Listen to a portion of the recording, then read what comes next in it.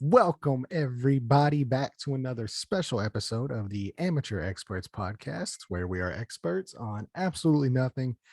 This week's episode, we are just going over week 7, just doing a week 7, just what like we call it off the cuff, just touching on a bunch of different things that we want to talk about, as well as some baseball discussion. Cardinals hired a new manager. We're big Cardinals guys. And also we got the World Series going on literally as we're cutting this podcast. So, Right. we're ready to get into it, man. This is, by the way, if you don't know, now you know. I'm your host, Landon Oliver, along with my co-host, Andrew Scott. What's up, man? Uh, Ready to see how this is going to go. I mean, this is probably the least amount of time we spent talking prior to hitting record. Even though we don't usually spend too much time talking about what we're going to talk about or anything like that. There's usually some discussions that are had or I something know, like that, man. and we Look, saved it all for before we hit record. I So I'm know. kind of interested to see how this goes. Yeah, well, I'm gonna tell you how it goes. It's gonna go about as well as my boy playing in a monsoon, which is to say good. My boy Carson Wentz. You already know what it is. Speaking of, just tonight, got our tickets for the Titans game this Sunday up in Indianapolis. Uh, get ready to smoke that Titans pack. Uh, That's give going to them. be exciting, man. What a game to go to. I know, especially now that Carson Wentz is moved, like he actually has like ankles now, so that's cool. He can step into his throws, which I mean, they only beat us by 7 points, and that was with literally half our team missing and our quarterback not being able to even move. So this is weird, man. I got a good feeling about this week. That's why I bought the tickets. Yeah. Like there's rare games. Like I had a good feeling about the San Francisco game, and every other Colts game, like I had a bad feeling about Baltimore. I had a bad feeling about the first Tennessee game. Had a bad feeling about Seattle. Basically all of our losses I've had bad feelings on. And then every time I have a good feeling this year, like we've ended up winning the game. And I don't know, I got a really good feeling about this Sunday. And if it's gonna go like how I think it's gonna go, like you can say whatever you want about the Titans playing well, like yeah, whatever. I don't give a shit. I think I don't know. I think we're about to bust them. I think we're about to bust them up pretty good. Look, I mean, I ain't gonna lie, man. I would probably pick the Colts to win at home as well, with how good both teams are playing well. But I do They are. They're believe like that. they're literally a healthy kicker away from like beating Baltimore and being like 4-0 in their last 4 games.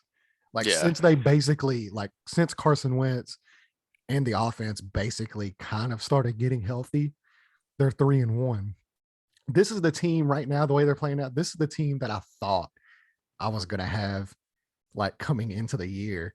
But then obviously if you're a Colts fan, you already know like Quentin Nelson goes down for all of training camp. Carson Wentz goes down for all of like literally like he played 1 day of training camp and then was out. Then he finally gets back and then he sprains both of his ankles, like in only, the only person that has ever done that probably in the history of ankles is of course Carson Wentz. So I mean, but then not only that, like the Colts have 14 out of 22 starters are like has missed at least 1 game, and that's not even counting the guys that played but were hurt. Like right. Wentz hasn't missed a game, so he's not even included in that statistic. But like the first I'd say 3-4 weeks of the year, like dude was banged up, and now everybody's getting healthy. We should have Ty back this weekend. Um, yeah, gonna have. I don't know. I get a good feeling. So we went ahead, bought the tickets to the game. Um, see what happens. I'm not even gonna I'm not gonna say what I want to say because I already know I'm gonna jinx it if I say it, and I can't say it.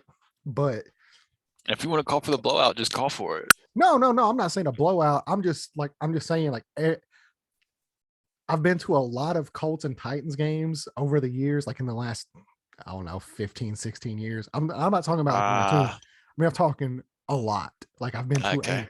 like 10, 11, 12. Like I'd have to really think about it to get there, but it's double digits. I get what you don't want to say And now. I'm just saying, I've usually left, actually, every time I've left very happy. So Yeah. I'm not gonna say any more than that.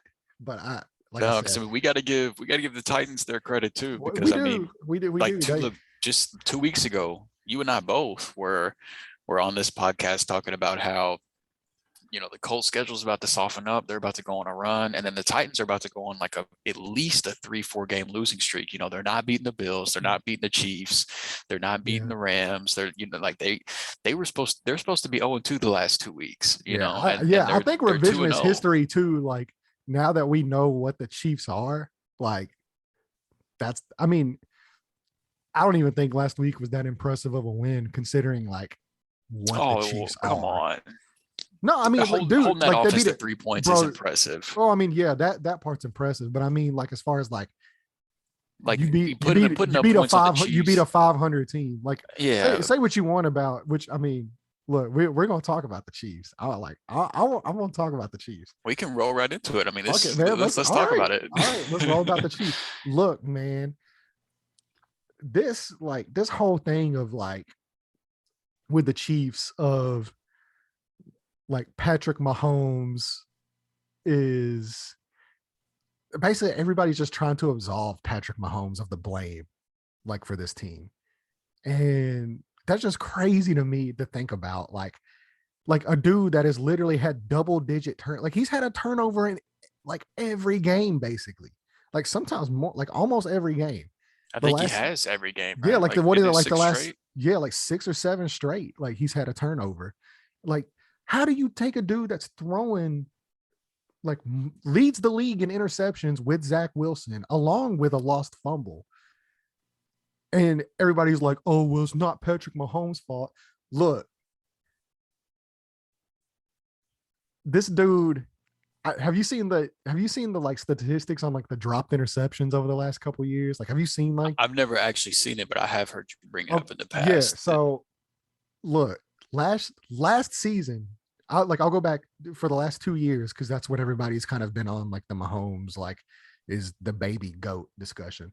The last 2 years, last year he had 19 dropped interceptions. 19. The year before that, when they won the Super Bowl, he had 23 dropped interceptions. I'm not talking about dropped interceptions like it was thrown over the defender's head. I'm talking about the ball hit the defenders in the chest and they dropped Right. it. Yeah. Like, so I mean, it's not like that's what's crazy to me is like, and I'm not saying Patrick Mahomes is a bad quarter. Like, that's just dumb. But like, I don't think he's playing that different than how he's been playing the last couple of years. The only difference is now the defenders are catching them. Like, that's the thing, Yeah. man. You can't throw 40 something interceptions and have those dropped and like expect that luck to continue in the NFL. Like, that's just insane luck. Like, that is Right. insane. And like now he's making the same throws he's always made. Just now, they're making them pay for it. Like, they're actually catching the ball and turning the ball over. And I think that's the main difference in this year. Obviously, the defense is not good. You can tell he's just trying to get 21 points every time he drops back to throw the ball. I don't think the offensive line has been as good as I expected it to be either. Like here's the thing too. Oh no, go ahead. I like the additions that they made in the offseason because it was, watching the Super Bowl, it was pretty clear they needed to retool the offensive line. So I had high hopes for that unit, and at least pass blocking wise, I don't think it's been great. And now, granted, Mahomes gets out of the pocket a lot too, makes a lot of throws that most quarterbacks don't even have any business in trying to make. And so, it's not always on the offensive line either whenever quarterbacks are taking hits necessarily. But I would say majority of hits and sacks fall on the quarterback over the offensive line. I think the majority of them do. Now, I mean, it's subjective. So like with the Chiefs, if you like dive deeper into like the numbers, like pass blocking outside of Orlando Brown, who, if you've listened to this show, like even before the season, like me and you both, he didn't have to do much pass blocking in Baltimore. Yeah, exactly. Me and you both pointed out that like that might not be as big of a like thing as what Chiefs fans are thinking it is, because he was not good at pass blocking whenever he was in Baltimore, much more of a run blocker. And that's kind of definitely reared his head. That being said, with Mahomes, the biggest issue I thought he had, and I think we even talked about it on the show, the biggest issue I thought he had coming into this year that he still has not learned from is his tendency to drift back in the pocket instead of stepping up. And I'm pretty sure we've talked about it on the show. Yeah, we have. And like I watched some of that game last Sunday, and I can't tell you how many pressures that he basically drifted himself back into, because whenever the offensive tackles go back, they're basically pushing the linemen up the field. Whenever they turn, they push them up the field, and the quarterback steps up, and that's how they have a clean pocket. Well, Mahomes' big issue is instead of stepping up, he keeps going backwards because like his arm is just insane. So he can make those throws, but I mean, he keeps going backwards, and he basically puts himself into those pressures, and then he's having to escape and do all, and then you see whenever he does it, and then he makes the crazy throw and Sports Center goes wild. Meanwhile, you actually look at it and you're like he basically forced himself into that pressure. There was a lot easier of a throw. All he had to do is step up. Like, yeah, it looks cool on Sports Center. He does make life harder on himself than it needs to be sometimes. Exactly. And like I said, I don't think he's playing he hasn't changed to me like in the last 2 or 3 years. Which whenever you're that good, you don't really want to change too much. You just want to kind of refine some things. But that's what I'm saying is like he's been throwing picks like this for the last couple years. And this was a big issue with him in college too, was like his ability to put himself into pressure and trying to, make something out of nothing and like all that. That was a big thing with college. And he hasn't learned from that. And the only difference this year, as opposed to the last couple of years, the dude's still going to be throwing touchdowns. Like games last week. Yeah, I think he's on pace to throw the highest of his career. Yeah, even with the down week this past week. Yeah, I was going to say games like this week, like that ain't going to happen. Like hardly ever. But even that being said, like he's still going to throw a lot of touchdowns. But the defenders, they're not dropping interceptions this year. No. And now, in whenever you have a defense that bad, you can't and they're afford, like historically bad. Yeah. Like you can't afford to throw the ball away. Like you can't give the ball away in those scenarios. No. And he leads the league in that. Like, for example, me and Jared talked about this earlier today. I was like, man, can you imagine if Carson Wentz had turned the ball over as much as Patrick Mahomes has this year? PFF would be having parades. They'd be so happy. Yeah, don't even get me started on them mother. I go out. Like I wake up every morning, like choosing violence whenever I log on to Twitter and like I see PFF. Yeah. Like that for tweet is like, if you have PFF in your Twitter handle, like you automatically lose 50 IQ points. It's like, I don't know, man. Like I think part of it too is teams are just like, there's so much film.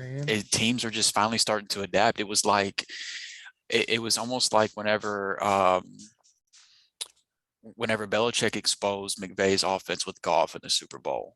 And then the following year, you really saw teams just follow that same mold that Belichick followed. Now you can't, you're not going to do things defensively as well as Bill Belichick does, because regardless, you're not Bill Belichick. But like the very next year, Brian Flores, who was the Patriots defensive coordinator for that Super Bowl, was now the Miami Dolphins head coach, made Jared Goff look possibly the worst he ever has in his career in a game where the Rams were expected to win, made Goff look terrible. It was Tua's first career start, and the Dolphins wiped the floor with the Rams that week. I forgot to congratulate you too, by the way. We got to give you props. Jared Goff finally won the Rams a game this last weekend. I told you guys he was going to do it eventually. He came through for the Rams. Came through for the Rams in a big way this week. Yeah. That picture was hilarious. It feels good to finally be the reason the Rams won the game. But and like teams started to adapt, and there was only so much that McVay could do with Goff to where he didn't really, adapt in return. Now, that isn't necessarily completely the same scenario, because Holmes is obviously much, much more talented than Jared Goff is. But, I think teams are watching what Tampa Bay did to them in the Super Bowl, and people are playing too deep. Well, They're yeah, that's what I was gonna making say, man. Like they're Mahomes does not want to 12, 13 play drive you to a touchdown. And the teams are just taking away their ability to take the top off of a defense and have those, 2 play drives, 3 play drives, and they're making you dink and dunk your way to a touchdown. And that's not how that offense has operated the past couple of years. And no, I think Mahomes is really pressing because he knows each and every week he's going to have to put up 30 plus to be in the game because he knows the defense is going to constantly be giving up points. And so I think he's pressing even more than he had in the past because every week he comes in knowing that he's going to have to put the team on his back for them to even have a chance. And I think he's putting too much pressure on himself. And that's not to say he's not playing bad because he is playing bad. But I will say that to say that I think that Patrick Mahomes is the least of their problems, of all the problems that they have. Even as poorly as he's playing, if you put out the list of what's wrong with the Kansas City Chiefs right now, I still think Mahomes is at the bottom of that list. I don't know if he's at the bottom, but he ain't the majority of it. I mean, what's I mean, look, you can't, better like I said, than Mahomes for that team right now? Yeah, but that's what I'm saying. Like you can't throw that, you can't turn the ball over that much and not be an Oh issue. yeah, no, I'm not saying he's not Like an issue. that's a huge issue. He is an issue. I'm just saying if you make a list of the issues, these are the things that are wrong with the Chiefs. Look, man, like so this is what I like. It's a combination. The Chiefs are like a combination, like you said, like of a bunch of different things. Like you have Mahomes, who is pressing, but is also, like I said, he hasn't grown over the last couple of years. Like he's still making those same mistakes. Just now, they're making him pay for it instead of just the insane amount of luck that he's had with the turnovers. So that luck's ran out. On top of you got 3 or 4 years now of bad drafting. Like if you look at the drafts for like the last like 4 seasons in Kansas City, like there's like 2, 3 like really good players, and then like that's it. Like that's literally it. Like you talking about 4 drafts, you got 3 quality starting players out of 4 drafts. So that's really come back to bite them in the butt. A lot of personnel moves like the Frank Clark trade, the Orlando Brown trade, drafting CEH in the first round. Over Jonathan Taylor, over DeAndre Swift, over Cam Akers, over Yeah, J.K. Dobbins. yeah. I mean, just even drafting running backs in the first. Yeah, I mean, taking a running back in the first round isn't ideal anyway. But like, if they were going to take one, they could have literally taken any other guy. Other guy that James went in the Robinson, second round. undrafted. Yeah, but I mean, that's what I'm saying. Like, this is like 3-4 years in the making, because before that, you had, you had Chris Ballard there. You had, oh my gosh, why can't I think of his name? Do with the Browns now. He's been drafting for the Browns the last couple years, like special advisor. I can't remember his name either. I know what you're talking about though. He got hired either the same year or the year before Stefanski, right? Yeah, he's been making the personnel like he's like vice president or something. So I mean, like you had, yeah, he came from Kansas City. Yeah, like you had all those guys there in the front office in Kansas City, that after the Mahomes draft, because I believe Chris Ballard was a scout for them for that offseason, or like he was, I think he was president of like football operations that, whenever they were doing the scouting for the season, and then he left to join the Colts that offseason that they drafted Mahomes. And I know there's a big story on it. If you go on The Athletic, I think you might be able to find the story, but like Chris Ballard was the main guy that scouted Mahomes whenever he was at Texas reading Tech. about that. Yeah. So, I mean, and that's the Colts GM. And obviously you see the Colts drafts over the last 4 years. I mean, all you had to do was watch this last weekend, and you see, the 2 guys they picked they traded their first rounder for DeForest Buckner last year, which we all know how great he is.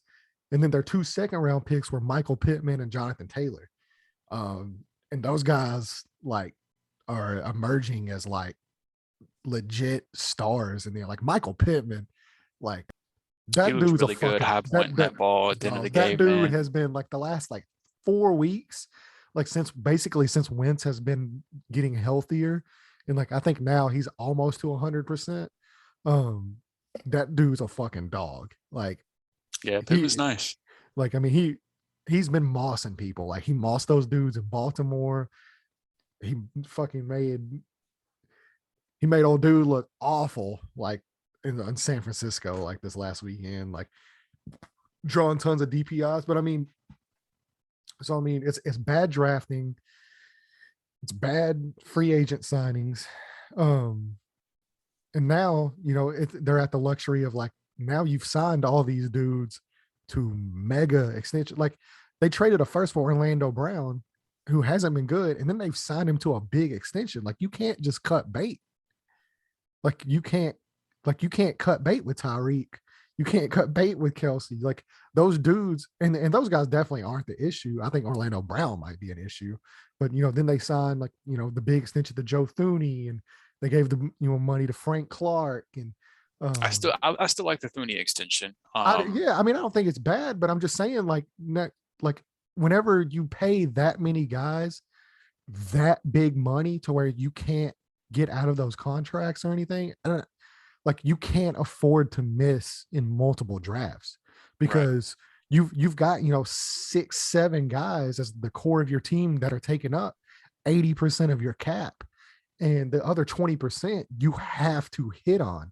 And this is even, I don't even think Mahomes' big extension is kicked in. I think that kicks in next year. After this season. Yeah. So that's even less money you're going to have to go out and fix things. Like, I mean, unless you want to start cutting guys, which I mean, at this I think point, they're going to have to. Yeah, I was going to say at this point, you can probably just cut the whole defense and you'd be all right. But yeah, so I mean, there's bad personnel decisions. I think the RPOs, if you look at the film, the RPOs have been a big issue. Because Mahomes isn't making the right read on the RPOs. He's basically taking the R's completely out and throwing it every time. And they've been successful running the ball when teams are basically daring them to run the ball playing too high. Like they're basically saying, like, you want to gash us for 4 or 5 yards on the ground? That's cool. But we ain't letting you, drop 80 yards to Tyreek on us. And Mahomes is consistently pulling it into a pass play on those RPOs, and they just refused to try to establish the run. So I think they need to do away with the RPOs.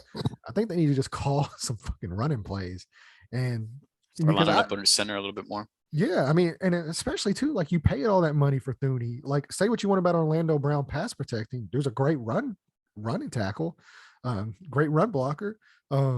The two rookies there, Creed Humphrey and Trey Smith, big run blocking dudes.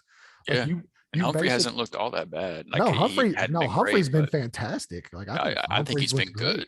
Yeah, I think Humphrey's played really well. Trey Smith has played really well. And then I can't remember who they have on the right side there.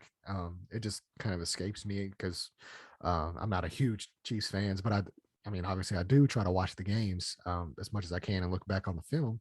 But I think the offensive line being an issue is kind of overblown. I don't think they've knocked the doors off, especially to, where they were ranked coming into the season, and offensive, like people forget too, offensive line, man, like that takes time. Like those guys. Yeah. Those guys have to gel. Yeah. They got like, that's a weird position to play where like you're basically 5 different guys acting as one on the field. And if you're, asking any offensive line to pass block as many times as they're asked to on a weekly basis too, it just puts a lot of pressure on a line whenever you're not.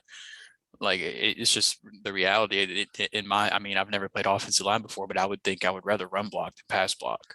Well, offensive linemen will tell you too, like they would rather run the ball over pass. Yeah. And with the defenses that teams are playing against the Chiefs, I just don't understand why you wouldn't just line up under center and run the ball a little bit more, take pressure off the line, take pressure off Mahomes. Yeah, and I mean, you don't even really have to line up under center. Like, I mean, you could run out of the shotgun. They've been successful running out of the gun because that offensive line, like those are big dudes and they're able to get a decent push. But that's what I'm saying. I think a lot of that falls down to like I said, like if you actually watch some of the tape, it falls down to Patrick Mahomes is making the wrong reads on these RPOs, and he's basically pulling it and passing or running himself instead of giving it off to the running back. So I think they need to chill out on the RPOs, need to eliminate the RPOs, just run the damn ball and make these teams start playing up on you. Because say what you want about Clyde Edwards-Helaire and Darrell Williams and all those guys, like they might not be the greatest pass catching options, and he might not be utilized as pass catcher, but Clyde Edwards-Helaire is a decent runner. Like he's He not, had back-to-back 100+ yeah, yard that's what I'm rushing saying. Like, games yeah, before he got hurt. and coincidentally, what happened? The Chiefs won the ball game. Right. So I mean, Yeah. yeah, I mean, And Darrell Williams is a good runner. Like that didn't yeah, have to stop happening because CEH got hurt. yeah, Like like Williams is a he's been, very capable running back. yeah, he looked better, honestly. Whenever that first game CEH missed, he looked like a better runner. Yeah. And But it's especially just when they the got fact down that there in the goal line. the fact that they can only put up 3 points against the Titans is like, I'm not Yeah. surprised that the Titans put up points. That part isn't surprising at all to me. But like the Titans, we talk about bad defenses. The Titans defense is also pretty bad.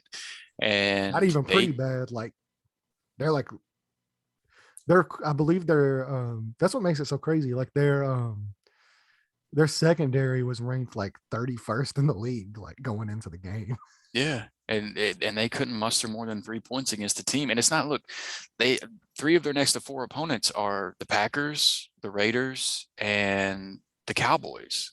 Like it's not getting any easier for Kansas City. No, because they have that first place schedule. And I think honestly, like, unless they can pull off an upset or two, like here in these next 3 weeks, if they lose these games, like that division's wrapped. Like the Raiders are playing great. The Chargers just coming off their bye week. Like they're going to be getting some guys back and they're playing really well. I mean, yeah, Kansas City might not even make the wild card. Like, that's so weird to think about. Especially coming into the season, because I know they were the Super Bowl favorites in Vegas. I never thought they were the Super Bowl favorites because, I mean, well, you already know I had the Bills coming out of the AFC. Yeah. So, I mean, yeah, I think it's a lot of stuff going on there. Like, but yeah, to your point, exactly. Like teams are playing them, they're dropping everybody in coverage. They're doubling up on Tyreek over the safety over. They're having a linebacker, basically shadow Kelsey, and they have coverage help on Kelsey outside of the linebacker, and they're only rushing 4. And if those 4 can get home, especially if Mahomes keeps, running back into pressure, like instead of stepping up, because it's been a big issue like the last couple years. But that dude escapes a lot of clean pockets. And that's not saying you can't be a great quarterback, because Russell Wilson does the same shit. Like Russell Wilson's one of the best quarterbacks in NFL history. That dude, a lot of sacks that Russell Wilson takes are on Russell Wilson. That dude runs out of clean pockets a lot. So I'm not saying he's Russ, a bad Russ is quarterback. also much better at stepping up in the pocket, though. Yeah. Like that's one of the things he's But great at. Russ has never had the luxury of being able to step up into the pocket. But yeah, not much. Yeah, but that was but something even then, that, like he does tend to drift like quite a bit, and like he runs himself into quite a bit of pressure. And I think Mahomes is doing that as well. And until he fixes just those, like, and they're minor like idiosyncrasies, like they're very minor things that have a major impact, if that makes sense. Like because when the whole team's playing bad and you do that, like it accentuates the weaknesses of everybody else. Because then you turn the ball over and then you put that defense back on the field. Then the defense, they look bad, or they have a short field, and they're getting the ball at the 30-yard line, already in field goal range, and we all know Kansas City ain't holding nobody to a field goal. So I mean, yeah, like it's just a lot of different things, and it's a lot of little things that they're fixable. Like you can fix all these little things. I don't think by any means that they're a 3-4 team. I don't think they're a losing team. It's just a lot of little things that they need to like hammer down on, and get back on track. You got to do the simple shit before you can start making the no look passes and the throws across 50 yards across your body. Like, yeah, that shit looks cool on Sports Center, but I mean, that's just the way I view the Chiefs, man. Like they're not a good football team right now, but the things that they're doing bad, they can fix. And I think that's a positive you can take away if you're a Chiefs fan. Is Yeah. now I mean, Now, will they fix them? I don't know. Like that's kind of up in the air. I would be inclined to give them the benefit of the doubt because I do believe in their coaching staff. And I love Andy Reid as a coach, and I do think that they are going to figure it out. And two units that tend to get better as the season goes on, if you have good coaching, are offensive lines and defenses. Like those are just two things that if you have the right coaching in place and you have the guys that want to put in the work, those two units do tend to get better as the season goes on. So, I mean, Chiefs are in trouble, but we'll see how they adjust. But I want to talk about the Cincinnati Bengals, man, because I still want to get into the NFC too. We're kind of about to approach like the half hour mark, and we hadn't even moved out of the AFC yet. But we cannot move on from the AFC without talking about the Cincinnati Bengals. But the AFC, man, it's just so like there's like 10 teams that can win any single week. Like there's no dominant team in the AFC. Like and even the NFC is full of them. Yeah, exactly. The NFC's got like 4 or 5 teams that are just like insane, and then the rest of the conference is dog shit. And then the AFC is the complete opposite. Like there's no dominant team in the AFC. Like literally, the fact that we're even talking about the Colts, who are 3-4, playing the Titans, who are 5-2, just coming off of beating the Bills and the Chiefs, and both of us are like, the Colts are like absolutely can win that game. Like you talk about a team with like that, just shows you the AFC is just like it's a murderer's row. Like there's no dominant team. Like especially there's like a lot of really good teams though. Yeah, there's a lot of really like I don't know if like whoever they play in the Super Bowl, like good luck. But so the Bengals. They come off this dominant win, right? Like they go into Baltimore. Okay, this isn't at Cincinnati. They go into Baltimore and handle them 41-17. They punked them, man. And I'm still sitting here like, are they? Would I really pick the Bengals to win the division this year? Even though I just watched them trounce the team that was like it was looking like the favorites to win the division. Well, and they already beat Pittsburgh too. And it's not like they squeezed the win out. Like they beat the shit out of them. But it's the Bengals, So like I just out of it's just like my natural reaction is I want to have doubt, but this isn't your Bengals of old anymore, though. This is like Joe Burrow is legit. Joey franchise, bro. And Jamar Chase, I caught a decent amount of flack in our sleeper chat and on this podcast a couple of times about going to bat for the Jamar Chase pick, even though I completely, even still to this day, I understand the logic of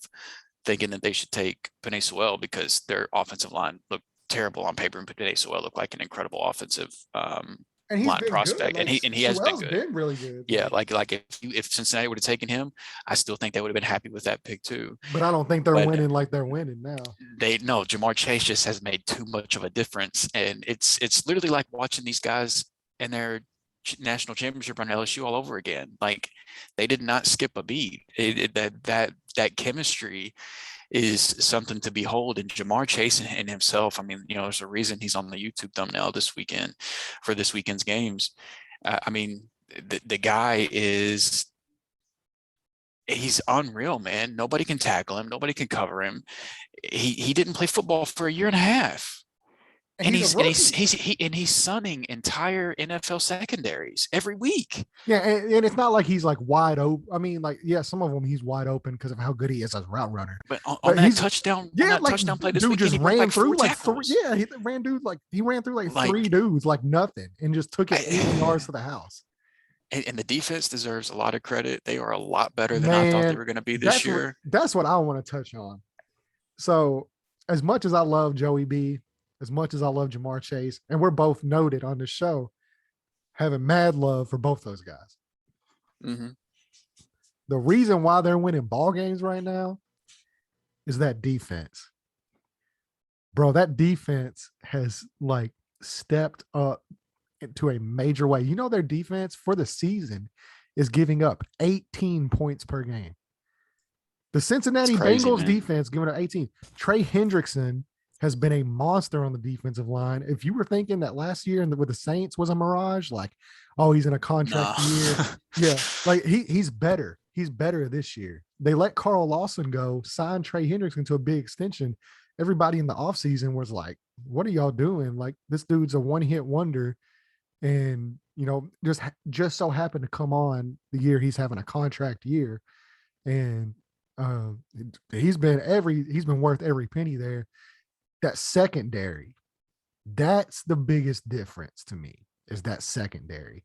Let me pull up some numbers here for you about the Bengals secondary. So obviously you already know Jesse Bates. Right. Yeah, like Jesse Bates already, if you didn't know about him going into the season, you weren't a true football fan, because even though he's been on the Bengals the last couple of years, like he's been great. Yeah, dude's been one of the best safeties in football. I'm talking about top 5 in the league. And we all thought we're like, y'all, he's going to just waste away on the Bengals. But the Mike Hilton signing was awesome. Jesse Bates, like I said, you already know what he is. They also signed Ricardo Allen out there, and oh my gosh, who's the guy I'm looking for? It's just it's one of those things that, like, that's the thing, is like, whenever we don't plan this out, we're just kind of like sitting here looking. Yeah, like I'm trying to think of it off of just memory and stuff. Yeah, Chidobe Awuzie has been absolutely straight fire. Von Bell's play well. Chidobe Awuzie is the guy I want to talk about. They signed him away from Dallas. He was a Dallas Cowboys player last year. Played decent, but nothing, that we thought he was going to be what he is. But the numbers, so he is one of the highest graded cornerbacks in the league. At that cornerback position, they have targeted him 33 times on the year.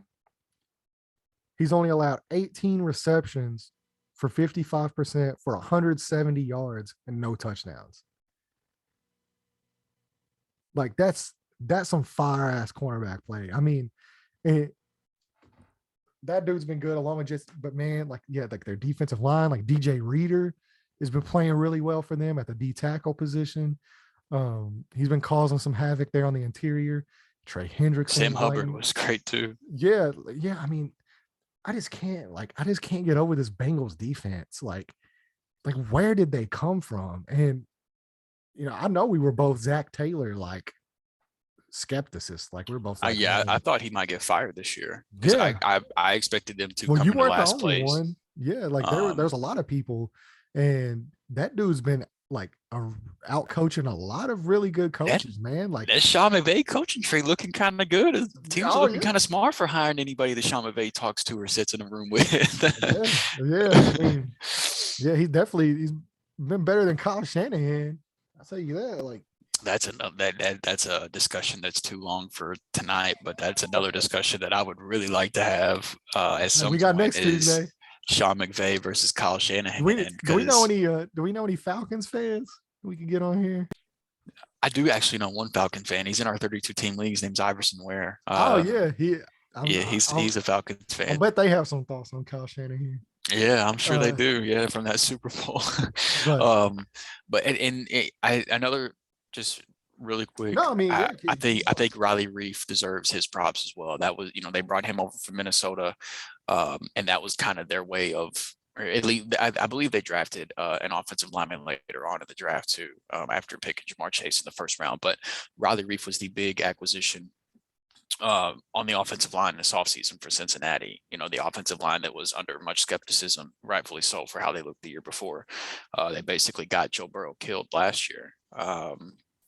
But Riley Reef has been everything that they wanted him to be whenever they brought him in as well. And so, I mean, this staff deserves a lot of credit for the free agent signings that they've made the last couple of years, and the draft picks that they've made. I mean, this is literally a team that was the worst team in football 2 years ago. Like it was just in 2019, whenever they took Joe Burrow number 1 overall, they had the number 1 overall pick, didn't trade up for it. Like they earned that by being so terrible.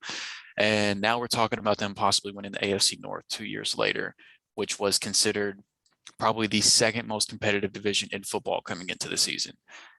That's just a mind-blowing turnaround for me. And they got the Jets in week 8. Yeah, Like, and two, like, I mean, they barely lost to the Packers.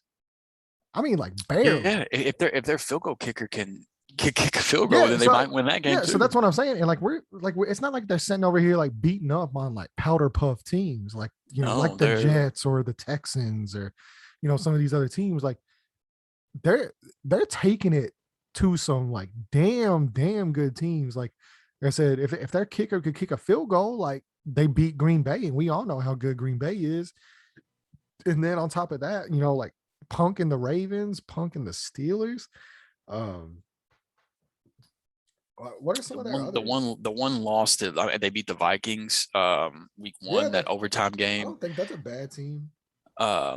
No, the Vikings are whenever we get to the NFC, the Vikings are another team that I want to talk about because I think that they are being looked at by most people as a bad team, and it is not what it appears to be. The Andy Dalton revenge game. Yeah, they did get that. That was the one letdown so far this season. Like, you're not disappointed getting beat by the Packers, but especially with how bad the Bears have looked, that's the one blemish on their record so far this year.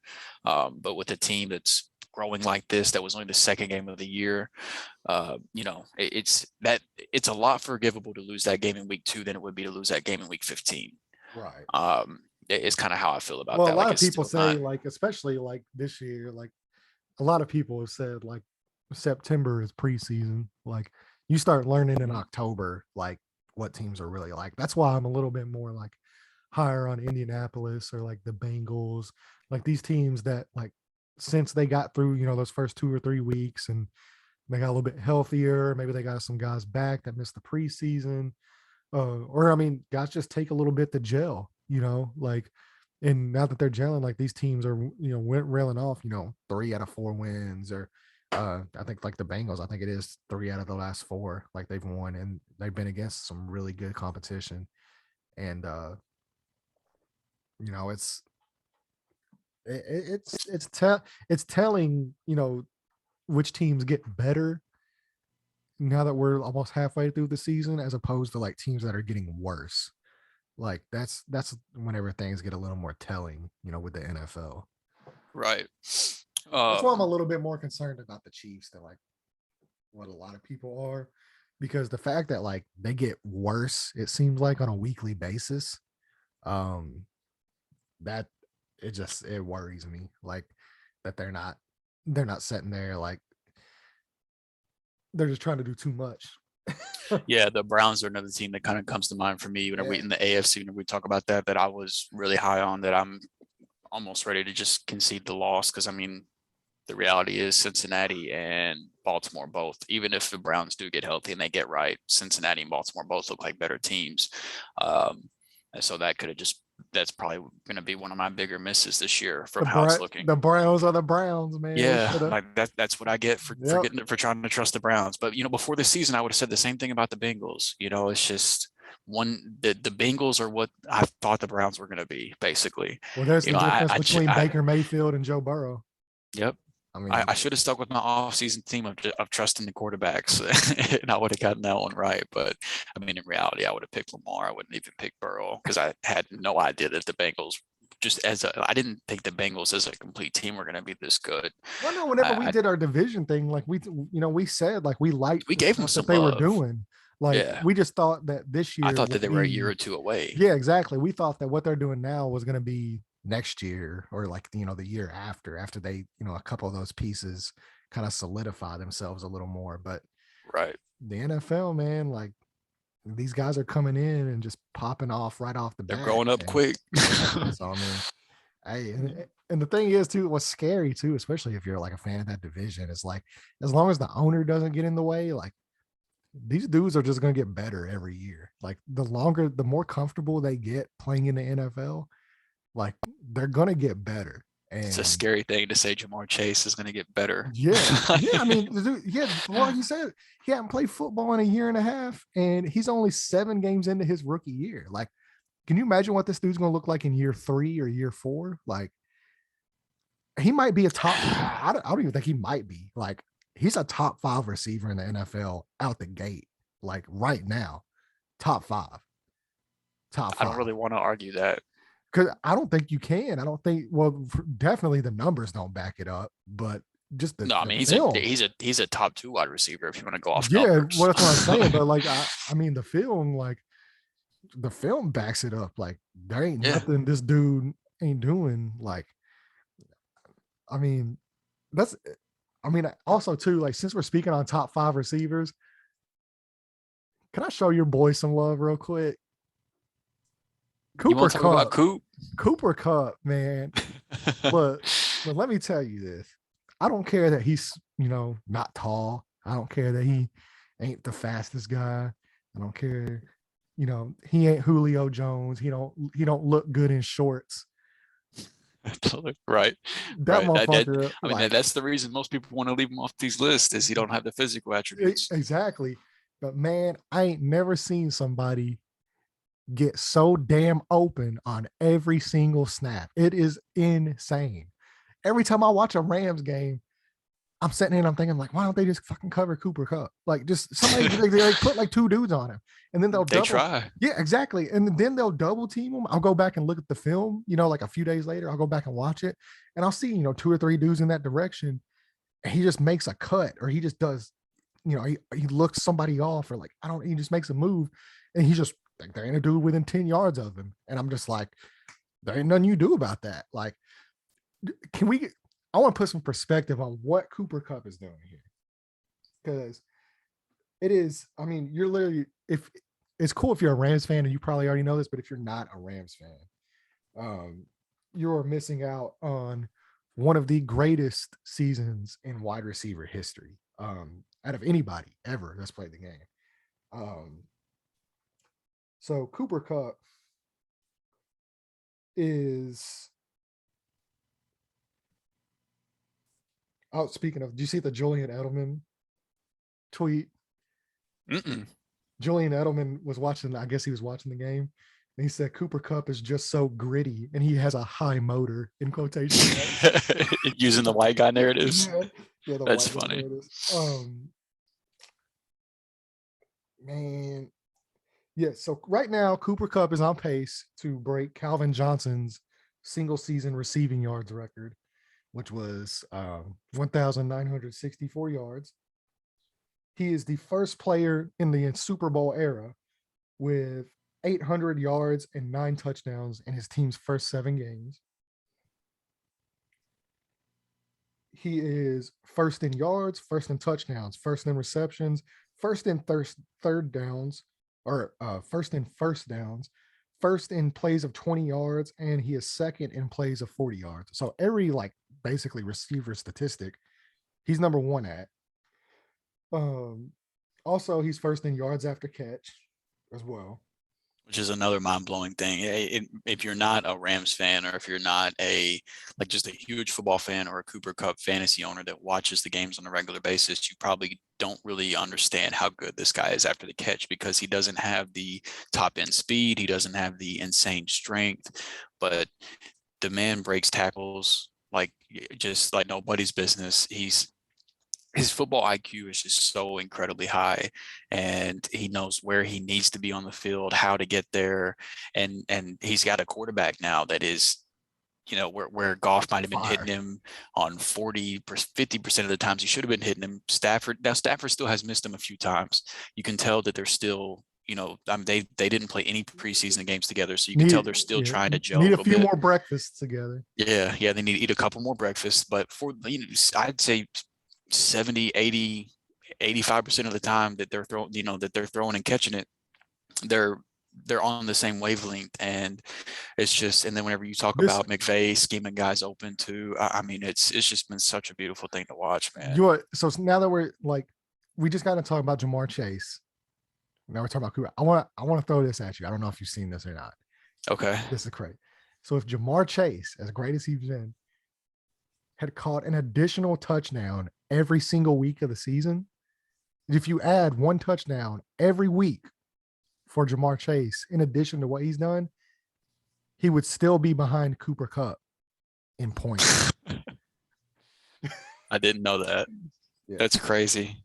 Yes, he is on pace for 136 catches, 1,965 yards. So he's only, beat the record by Barely beating out barely Calvin. beat the record Yeah. and 22 touchdowns. So anybody, He's always had a nose for the end zone. So the touchdown, the upgrading quarterback, the touchdowns don't really surprise me, because he's always been that guy for the Rams. But the consistency and the yards it's been something to behold, man. It's gotten to the point to where I just expect it. Like if Cooper Kupp's not catching 9 to 11 balls and doesn't get a couple touchdowns, I'm like, man, what the hell's going on? Like, what's wrong with the Rams offense this week? I mean, so right now, I mean, like to me, still the best wide receiver in the NFL is still Devontae Adams, but I would agree. But right behind him, man, like Cooper Kupp's in there. Like I think Cooper Kupp and Jamar Chase have both like vaulted into that top 5.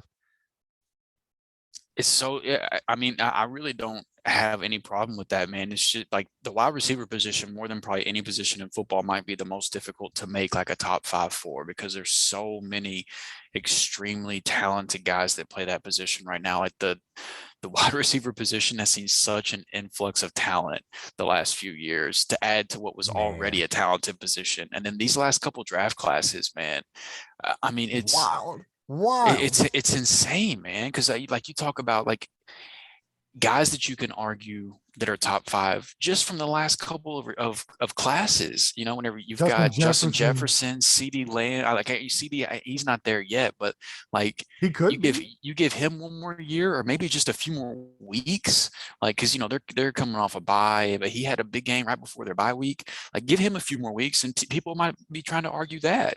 And then you've got Jamar Chase now. I mean, like. It's insane, man. And then you still got the old heads that, and they're not, most of them aren't even that old, but you got Stephon Diggs, DeAndre Hopkins. I know you don't want to talk about Julio, Devontae Adams. I know I'm forgetting a couple more just off the top of my head. Like I don't even know AJ Brown. Yeah, I was gonna say I don't even know Julio's the best dude on his own team. Like AJ Brown, like he won't have the better statistics. I don't think, but like we haven't talked about Tyreek. We haven't talked about Calvin Ridley, Terry McLaurin, DK Metcalf. I mean, if you want to talk about top 10, we might try to fit him in there, but no, he ain't top 10 yet. I'll let you try to make an argument for that one, but he ain't there yet. But he's gonna get there. I'm telling you. We ain't even talked about Mike Evans. No, he just caught 3 touchdowns. Chris Godwin.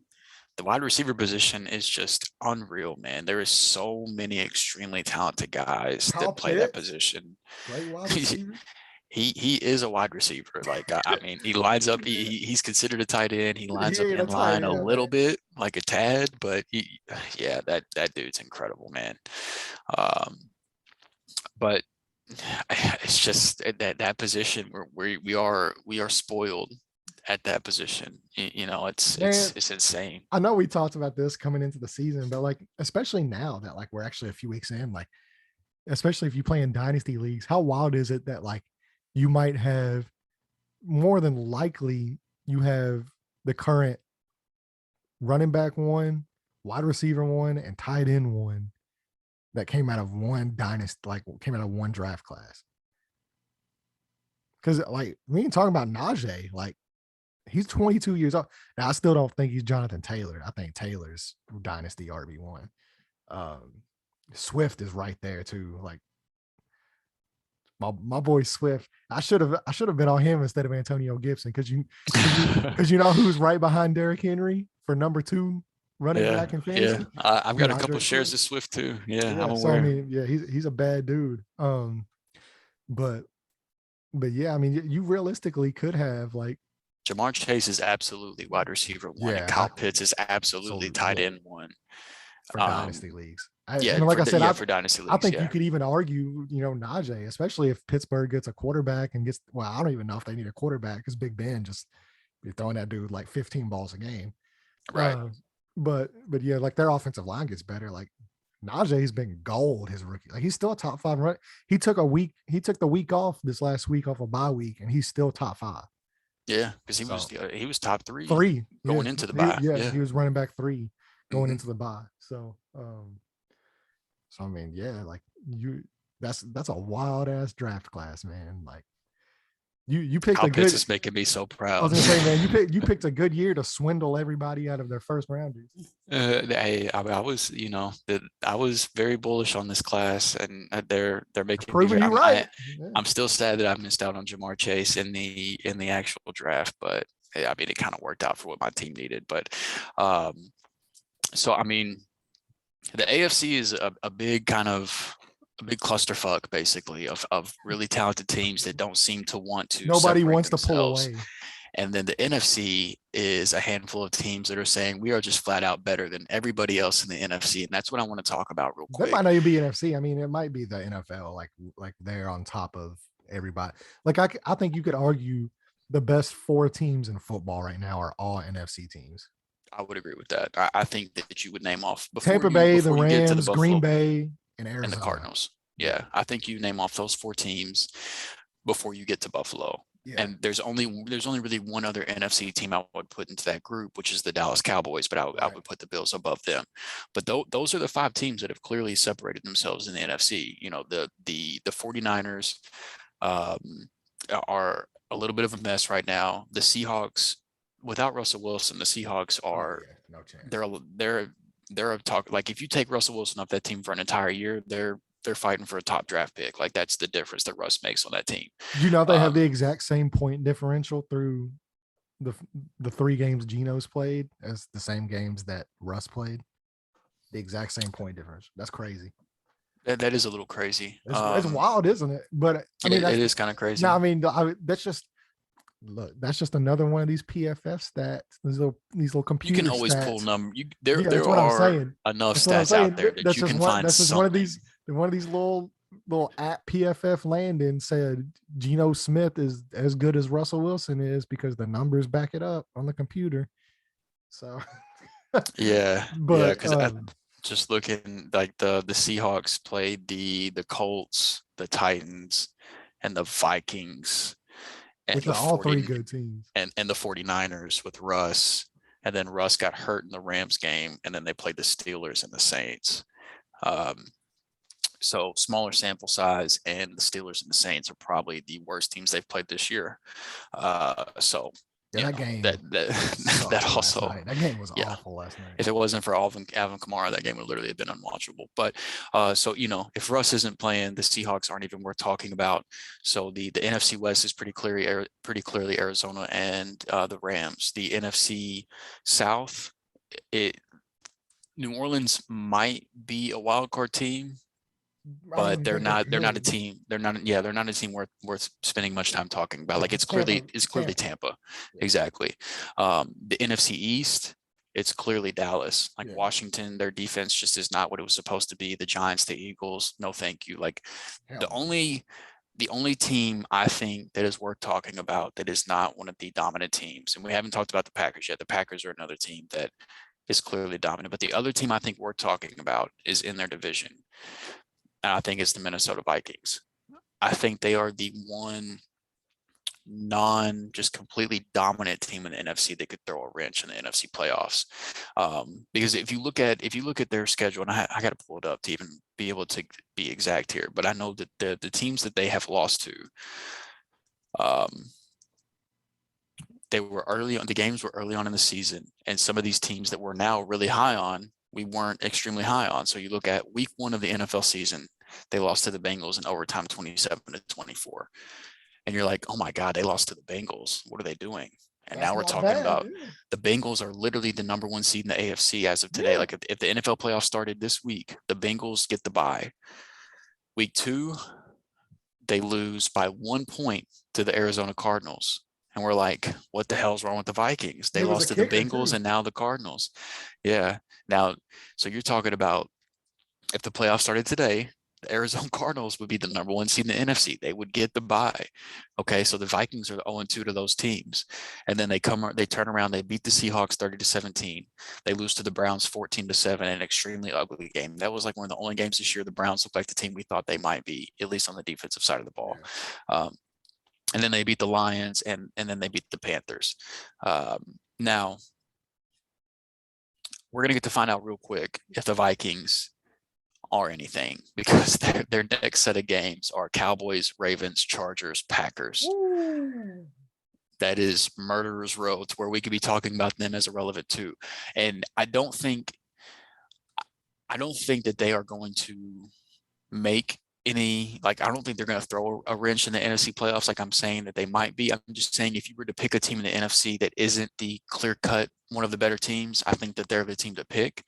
But I just think that the NFC is so top-heavy that it's going to be one of those teams we talked about. Like there are 5 there are 5 teams that, like, there's 7 playoff spots, but there's only 5 teams to talk about. Matter. And what's crazy too to me, like I was just thinking about this, like either the Rams or the Cardinals are going to have to go on the road Playoff game, yeah, in the playoffs. Like that's wild. Like, yeah. and if I'm a divisional winner, like if I'm like Green Bay, or like, if I'm the 2 seed, or one of these teams that has to play at home, like I'd be so pissed off. Like one of these teams is going to get, and it's probably going to be whoever the 4 seed ends up being, because, like, assuming things keep going, like, because the Cardinals and the Rams are projected to have 2 really good records. Yeah. And so, like, the 2 seed is going to play the worst of the wild card teams. So you can really, you can probably say, seed, like, we'll say the Cowboys more than likely is going to be that. Because I think that's what you would expect. Yeah. So so if you're the Cowboys, you're like, oh hell yeah, we finally won the division. Like, home playoff game. Yeah, we're finally here. And then it's like, oh yeah, you get the Rams like on your first or the Cardinals. Yeah, or the Cardinals. Yeah. And it was just like, gosh damn, like that's just some awful luck. And meanwhile, you got, old Green Bay up here getting to roll up against, the Saints, or, somebody like that. Vikings, yeah. Yeah, to be fair, the Saints did punk Green Bay in week 1, so you don't ever know. But after that, it's kind of ever since that week. My God, it's just been a fucking wrap, dude. Green Bay has been killing people, and Aaron Rodgers has been just those y'all thought I was washed, okay? Yeah, those Aaron Rodgers, Patrick Mahomes comparisons, they ain't looking too high right now this year. No. Did you see the throw he made to Devontae? Like, yes, like it was the exact same throw basically that Mahomes made last week. That was all over Sports Center, even though the one with Mahomes didn't count, I think, because it was an offensive penalty. But it was the same throw. And everybody's like, there's only one quarterback in the league that can make that throw. And then Rodgers, this last week is just like, oh well, like yours didn't even count. Mine's gonna go for a touchdown. Right. Like anything that dude can one up any other quarterback in the league. Like he's just, his talent is unreal, man. Dude, he's just so damn good. Like, yeah, he might be like Tom Brady to me is the greatest football player of all time. Like, because it's just hard to, and even what Tom Brady's doing this year is just like, he's literally on par to break. He doesn't look as flashy as Rodgers does, but he's just so good. The dude just continues. Dude just drops like 4 or 5 touchdowns a week. Every week. Every week, man. He's literally on pace to eclipse his 2007 numbers at 44. That's so dumb. Yeah, Tom Brady's the GOAT, but I don't know if I've ever seen a quarterback as good as Aaron Rodgers. Like, I would say is fun. I think he's more fun to watch than Brady. I think Brady. I think Brady is good in different ways, but I think Rodgers I'm not saying more fun like, to watch. Yeah, but I'm just saying from just the position perspective. Like, Rodgers is definitely much better at throwing. I was going to say there's things that Rodgers can do that Brady just can't. Yeah, like that nobody. Not just Brady, just anybody. Period. Yeah, I even think Mahomes in that level. I think Rodgers can do stuff that Mahomes can't do.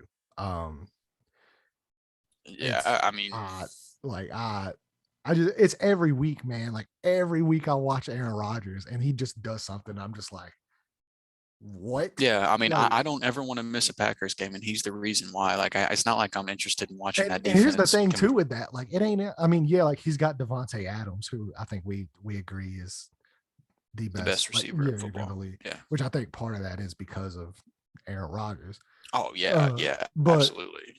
even then, like he ain't got Travis Kelsey, he ain't got Andy Reid, he He's ain't got got Alan Lazard and yeah. Robert Tunyon and Marquez Valdez-Scantling, Well, and MVS has been on IR, so he ain't even had yeah, him. Like he's just now Randall coming back Cobb. this week. Yeah, like he got Randall Cobb. And this is gonna be, man, I'm so fucking excited for this Thursday night game. This might be the most exciting Thursday night game of all time. It sucks though, man, because No there's no Devontae, Devontae Adams, no no Alan Alan Lazard, Lazard. Yeah, like he's gonna be out here and he still throwing. might throw for 4 Yeah, touchdowns. exactly. That's what I'm saying. Is like now he's going, like, what do you want to bet right now? This, like, because Arizona's undefeated, they haven't lost the game. He's missing Devontae Adams. He's missing Alan Lazard, which is Alan Lazard. But I mean, even then, like, we shit, Look, like he Aaron got to throw to Rodgers somebody. loves Alan Lazard. Yeah, Like like, if you go pull up any clip, search Aaron Rodgers talks Alan Lazard. That yeah, dude dude, loves him. he And loves him. So I mean, like, what do you want to bet he's going on national television and be like, oh yeah, they've already counted us out because we're missing this guy, we're missing this guy, we're going up against the yeah, undefeated Cardinals. Like Aaron Rodgers is about to do some dumb shit on Thursday night. And like just to put in perspective, like how hype I am for this, I threw Amari Rodgers in my fantasy lineup this week. oh wow. Yeah, like I mean, Well, it was somebody's got either to catch some yeah, passes. because I've got Rashad Bateman on Who's bye on week. by, right? And then I had either Tim Patrick or Jamal Williams for the Lions. And I already have DeAndre Swift. So I don't want to start both lines running backs, even though I Right. did this last week and won somehow. Thank you, DeAndre Swift. Um, but so yeah, like as soon as I heard the news, I was like, oh, like Devontae Adams is out. Like, he'll just throw to Lazard a bunch and Tanyan. And then they were like, oh, Alan Lazard's out. And I'm like, this might be it. Like, Tim Patrick got me 2 points last week. It can't be worse than that. So, I mean, yeah, dude, I threw Amari Rodgers up in my fantasy lineup this week. It's just on the off chance that Aaron Rodgers got to throw it to somebody. Sheesh. And look, he does have to though, Yeah, I but mean, yeah, like because MVS, even if he comes off of IR, I mean, he's still banged up. They're not just gonna throw him out there and 15 catches or anything. Like right. he'll be out there, but yeah, I mean, it'll probably be a big Aaron Jones week. Aaron Jones about to catch the shit out of the football this week. Well, and Arizona's pass defense has been pretty solid this year, but they can't stop the run for shit either. So like, even though I expect Rodgers to put his mark on this game, if they game plan for what Arizona can't stop, Aaron Jones and AJ Dillon should have a big game on the ground tomorrow or Thursday. Yeah, man, it's crazy too. I saw something today. It was like, this is the third game in NFL history where both teams have won 6 or more games, like are facing off just in NFL history. Yeah, that's pretty wild. And it's on a Thursday night football game. Like, I thought for sure we would have got like who are the Jets playing this week? Like, that's a Thursday night game. Like, you got to have who are the Jets playing this week? I'm kind of curious because they just traded for Joe Flacco. It just trade for Joe Flacco, and he's probably going to start right off the rip too. Oh yeah, sure, yeah, I imagine so. It was Big Jared, Corey Davis. I'm just looking off of fantasy players. They play the Bengals. They play the Bengals this week. Oh yeah, we talked about that earlier. Yeah. So never mind. Like that's oof. That would be too good of a matchup for Thursday night football. Exactly. I'm really, they probably thought like whenever they scheduled this game, they're like, oh, Arizona's going to be kind of bad this year, so we can put this on Thursday night. And for some reason, the NFL loves counting out Aaron Rodgers. Yeah, that's true too. Yeah, they were probably like, oh, it's the Packers and the Cardinals. Like nobody's gonna watch this. And like, here we are. Oh, here we go. The Panthers and the Falcons. Like That's the Thursday night that's the game. Thursday night game If right if there. the NFL could like flex a Thursday night game and make some Yeah. quick changes, they would throw them on Thursday night. Absolutely. Yeah. I think Amazon might throw a fucking pissy like a fit if they flex them out of that Thursday night game. This realistically, like I bet when the numbers come out Friday, like this will be the most watched Thursday night game in history. It wouldn't surprise me at all. So I mean, so we've done that. We've talked football. Like, do you want to talk any baseball? I You gonna get definitely into would like to get baseball? some baseball. Look, baseball. I love football, but baseball's still my passion. That's still my favorite sport. So I Let's mean, talk about the manager. You know, they fired Schilt and they hired Oli Marmol, who has been on, you know, he's been with the organization for years and stuff like that.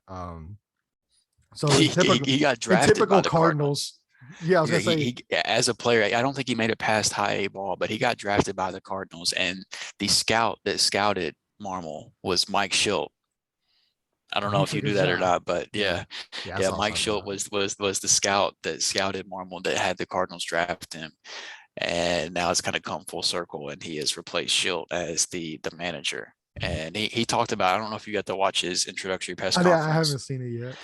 Um, luckily I was on my computer working whenever it happened, so I had to pull it up in another window and was just listening to it in the background. And he talked about that it was like a mixed emotions for him, because like he was Mike Schultz's best man in his wedding, you know, like best, like these guys are close, you know, like, so this is an opportunity that Marmel's always wanted, but It comes at the expense of Mike Schilt had to get fired for that to happen, you know. But I do think Schilt was happy for him, because I mean uh, he's he didn't. basically groomed him like Yeah, and for he had come out and years. said that that was the person he trusted, you know, more than anybody else on the coaching staff. Like that was his right hand man. That was the guy that he trusted. And the thing that stuck out that made me feel really good about this was he wasn't a yes man for Schilt. Like he was the guy that would that if he thought Schilt was right, he would tell him that. But if he disagreed, he would make that be known too.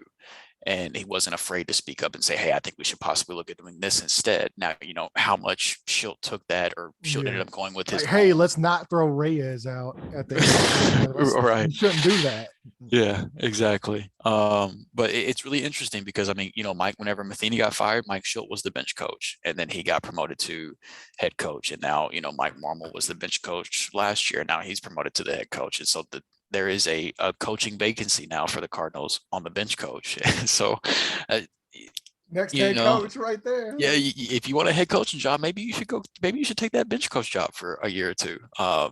But you know, all that jokes They're aside, probably they're reserving that for Yachty.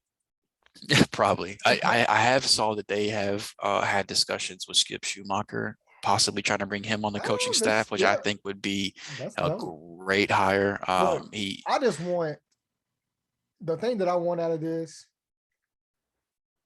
I want a new hitting coach. All right. I, I mean, like the bats got hot on that streak, but majority of the year it was a little iffy. I was really iffy on Jeff Halbert before I really sat down and looked at some of the things that he was saying once they started making some of the changes that he made in terms of the adjustments and things like that. And I don't have enough time to get into all that tonight, but I don't feel as bad about even before the 17-game win streak. I don't feel as bad about Jeff Albert as I did in like June. It took some digging for me to get there, but I don't feel as bad there now. You know, whether he stays or not, I don't know. I don't know what Marvel's coaching staff is going to look like. But I do feel really good about this head coaching hire, regardless of where they end up going with the other spots. I'm excited to see them go young. That he's the only head coach in the MLB that's under 40 years old, and I love that. I mean, age isn't He's the everything. same, man. He's younger than Yachty and Wainwright. Yeah, yeah.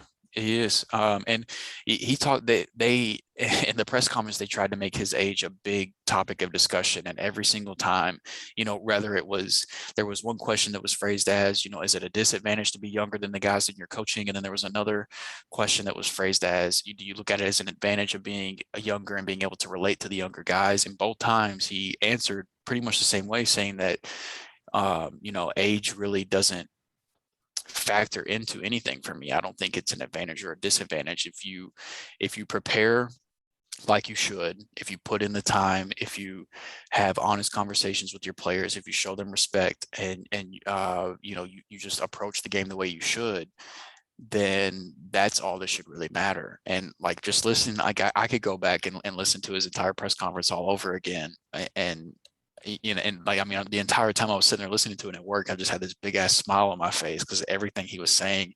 And anybody can get on a press conference and say all the right things. You got to get out there and do it.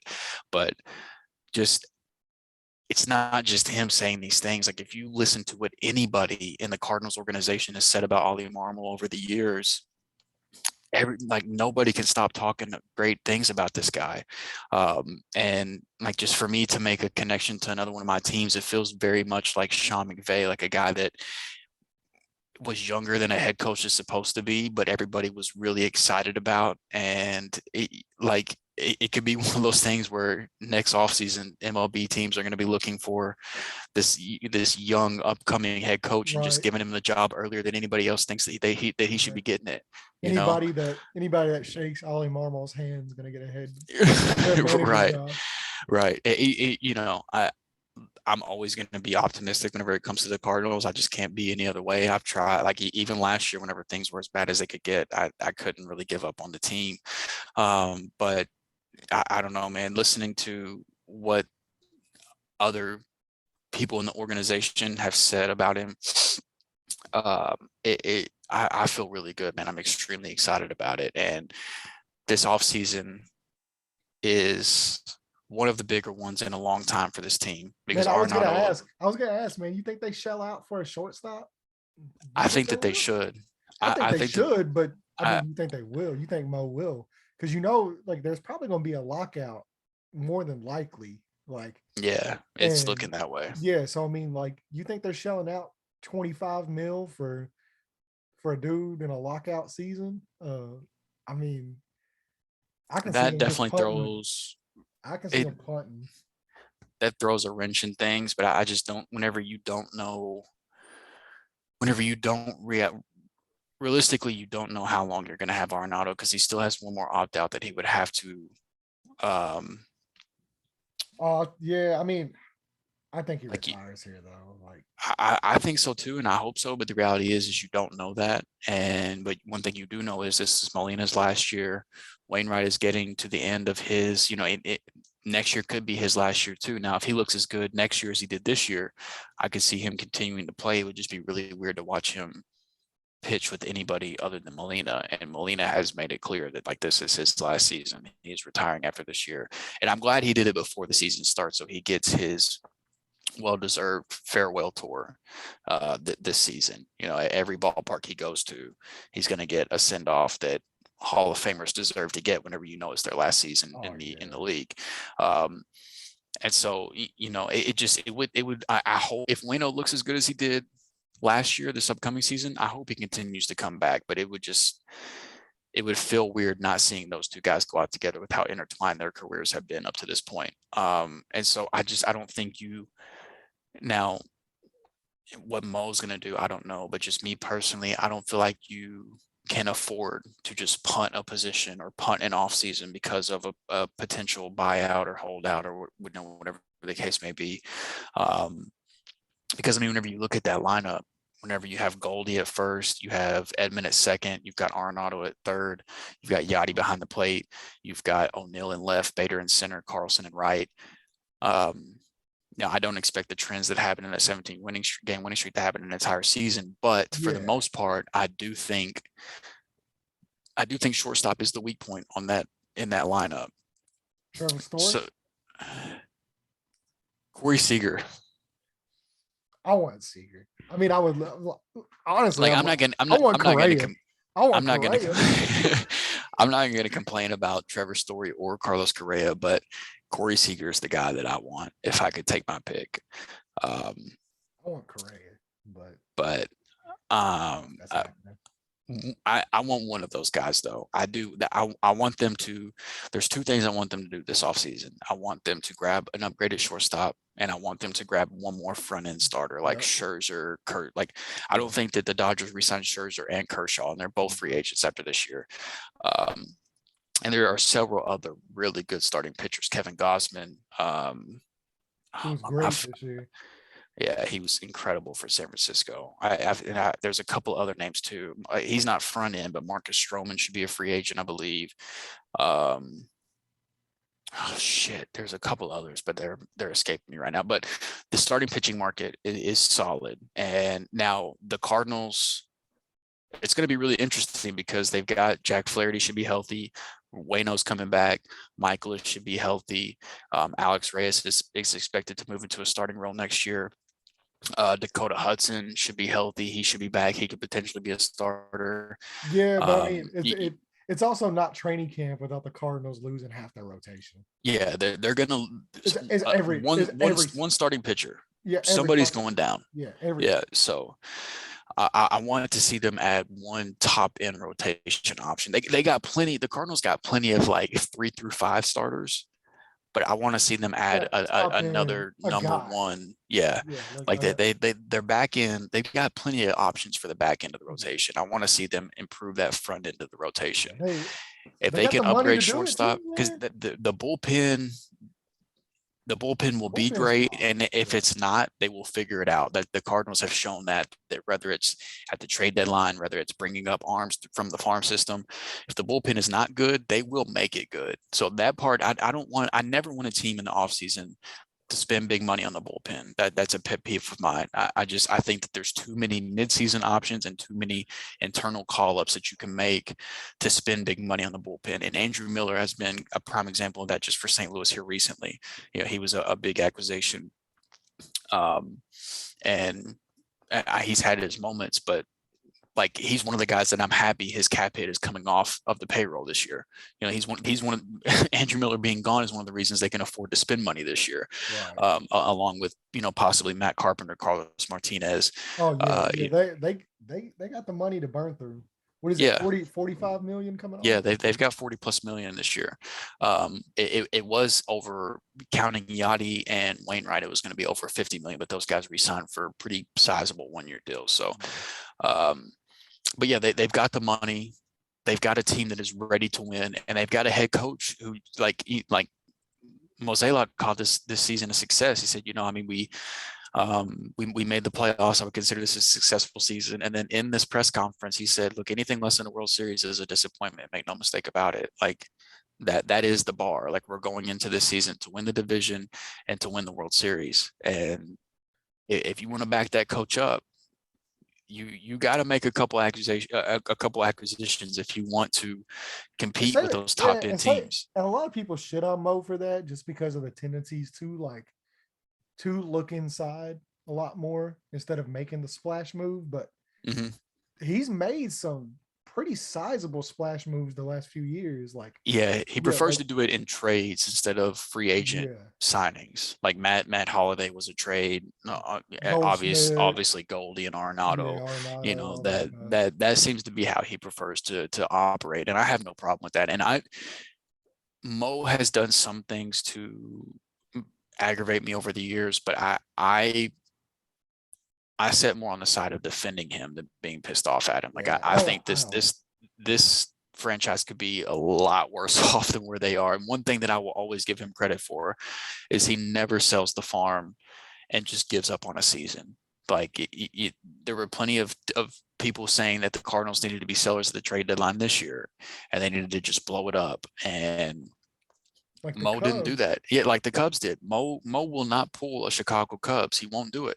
And I appreciate that, because as a fan, I never want to give up on the Cardinals either. So I appreciate that the Cardinals have guys in the front office that don't want to do the same. Now, the interesting thing will be, it's kind of seemed like it's been Mo's way or the highway in terms of, you know, how the organization is run. And I think that's part of why Mike Schilt isn't a manager for the Cardinals anymore. So it'd be interesting to see how that plays out. But I also don't have a problem having a GM that has that kind of confidence as long as it pays off. I want a GM that's involved and that isn't somebody just setting up in an office and not paying attention, or anything like that. But I don't know. I'm really excited, man. This is a really big off season, and I honestly and truly do not think they fired Mike Schilt if they don't know that they have Oli Marmol right there as a prime candidate. He was the favorite. The minute the news broke, he was the first name that was mentioned by pretty much anybody that's tapped in with the Cardinals, and ended up being the guy that got hired. Like this, for most people, this was not a surprise. And I truly don't think that this move happens if they know they don't have Marmol to hire. So it happened for a reason. I think that they have seen something in Marmol for quite a few years now. And I mean, even Mozeliak in the press conference himself said that he said, I knew that Marmol would be a head coach eventually, but I did not expect it to be this year. But I think it was just one of those things where they saw the impact he had in the clubhouse and how high everybody in the organization was on him, and they didn't want to wait. They didn't want to lose him. Yeah. Like they didn't want to wait. And I just hope they have that same type of urgency this offseason with building this roster. Yeah, man, it's gonna be a fun winter. I think like we're gonna be doing quite a few shows, I imagine, whenever some of the stuff happens. But I mean, yeah, I mean, we'll see. It's I just saw Charlie Morton has a fractured fibula. He's gonna miss the rest of the World Series. So that sucks. Probably would only made one more start, but yeah, there's still a big loss though. Yeah, and they are up right now. Speaking of World Series, we still haven't talked about that yet. We can very quickly go through that. So I mean, we are recording this in the middle of game one, so we have we kind of have an edge up on how we think the first game is going to play out, because Atlanta does have pretty has control of that game, but Houston is no stranger to coming back from behind either. I mean, they were down 2-0, I believe, to Boston in the ALCS before coming back and winning 4 straight. So it's not like Atlanta winning game one means that we just need to automatically declare them World Series champions. No, I actually think Houston's going to win. Okay, so there we go. Unfortunately, I actually do, and this isn't before game one even started. Whenever I knew we were going to talk about the World Series tonight, I kind of sat down and thought about this, and I actually ended up coming and landing on the Atlanta Braves. I do think that this is going to be at least a 6-game series, if not 7. But I do think Atlanta ends up winning. And that's gross. Atlanta's lineup? Yeah. You think like so? in like a good way. In a good, okay. That makes me feel a little bit better. So yeah, I agree. And how hot some of those guys are that especially the guys that they brought over at the trade deadline, like Eddie Rosario and Jock Peterson. And then Freddie Freeman is just playing out of his mind. He got off kind of to a slow start in the NLCS, but I think he homered in the last like 3 straight games or 2 straight games, something like that.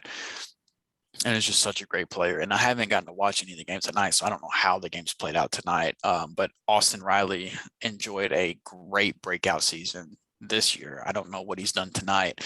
But like third base was a position that normally you would think whenever you've got Alex Bregman on the other side of the field, you would want to give the edge to the Houston Astros at third base. But with how great Austin Riley has been this year, that's not near as much of a landslide. And the same thing with Ozzie Albies at second base.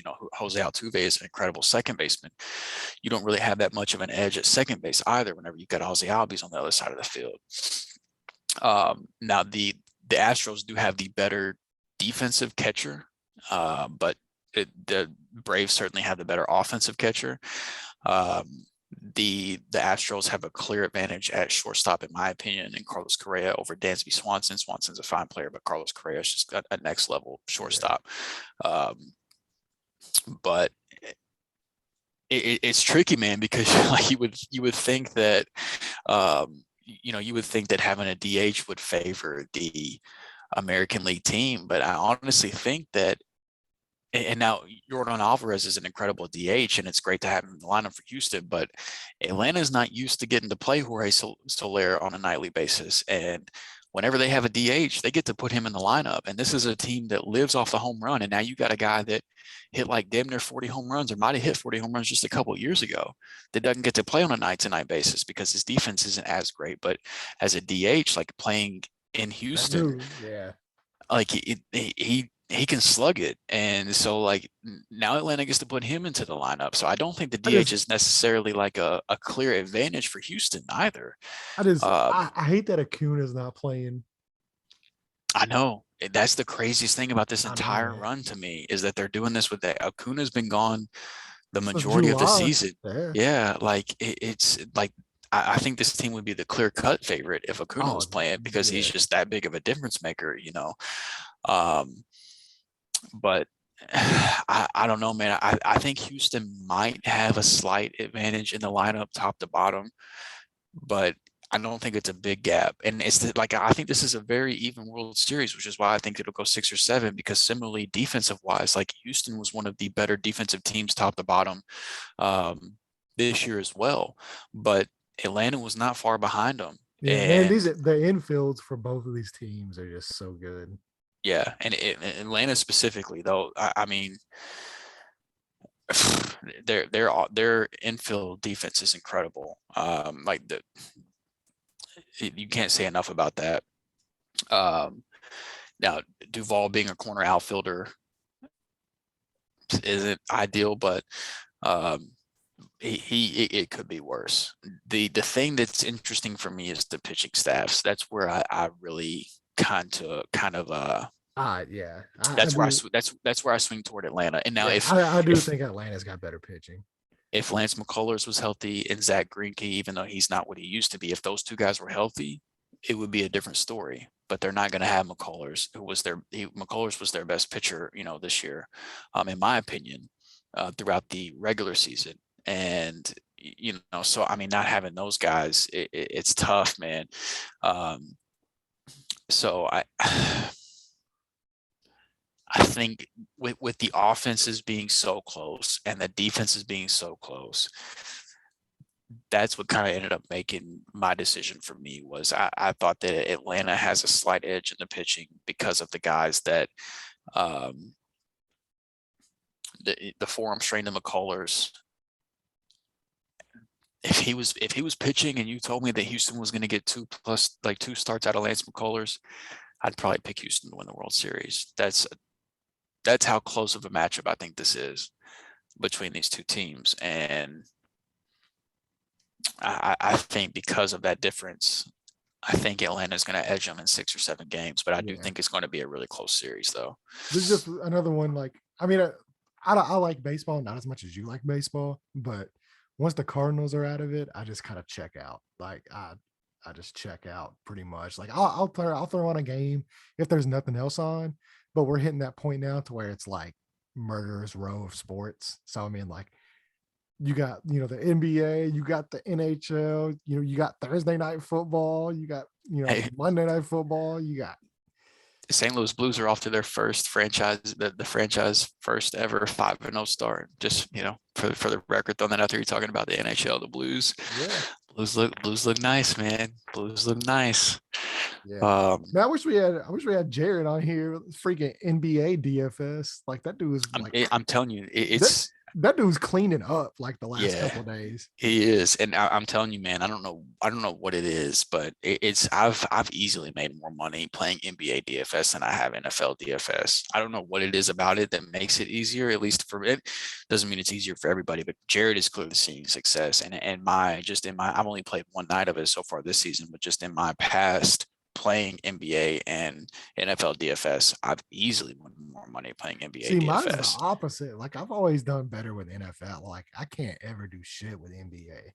I don't know what the difference is for me, but yeah, I'm right there. Like, I'm not making the money. And I'm not even bad at like NBA, like in our fantasy league. Like, I'm good at it, like NBA, like picking players and stuff, like for season long. But it just always seems to have like one or two guys that like just give me duds and like just Right. Yeah, that's all it takes too with the points that these guys be putting up speaking on a of nightly duds, basis. man, like Lakers fighting each other on the bench. What's going on there over in the retirement community? Yeah, I'm not too worried about that little retirement home. They'll get it figured out. Hell no, they're frauds. Yeah, I hear you. Well, anything else you want to hit on real quick? I mean, we're basically at the 2-hour mark almost. Yeah, no, I think we pretty much are. No, I think that basically sums it up, man. Don't I'm want gonna to do the be Drake albums. no, that we'll save that. We'll save that one for a Tuesday that we don't have much to talk about. I mean, I could without even prepping to talk about it, I could just roll mine off the cuff for you real quick if you wanted to, but we can save that for another night. I'm still a little salty. You didn't reply to my take care Green Bay Packers. No, I like that. I was driving home from the gym whenever I read it, but I did like that though. I would have a different comparison for a different reason, but I did like that. But yeah, no, anytime you want to talk Drake albums, we can set aside a whole Tuesday for that, because I've got my list kind of just embedded in my brain. So I haven't listened to the new one. I haven't listened to the new one much. Oh, you're missing out, man. It's pretty much. I mean, really, like most anything after More Life. Like I haven't listened to too much after More Life, just because like I got. Oh, you're definitely missing out. Yeah, like I got so out of the rap scene. Well, the problem is, like, we weren't going to talk about this tonight, but I can't let this go unsaid. Right? No, yeah. I mean, we ain't gonna spend too long on it though. Views and More Life are probably my two least favorite projects of his, which were the two back-to-back that came out, and then he released Scorpion and this most recent album, Certified Lover Boy. Yeah, see, I haven't listened to the Scorpion one at all. I think Scorpion and Certified Lover Boy are both considerably better than Views and I like Views, man. I like Views. Like it's fine, but it's not better than Scorpion or Certified Lover Boy. And you might disagree once you listen to them. I don't know, but I don't know. I like that. Like I like that Drake. Like it's funny because we're gonna laugh and make jokes, but like I like that soft Drake as opposed to that like the bangers. Like he's got plenty of that. I like that. I like that R&B. Like jungle.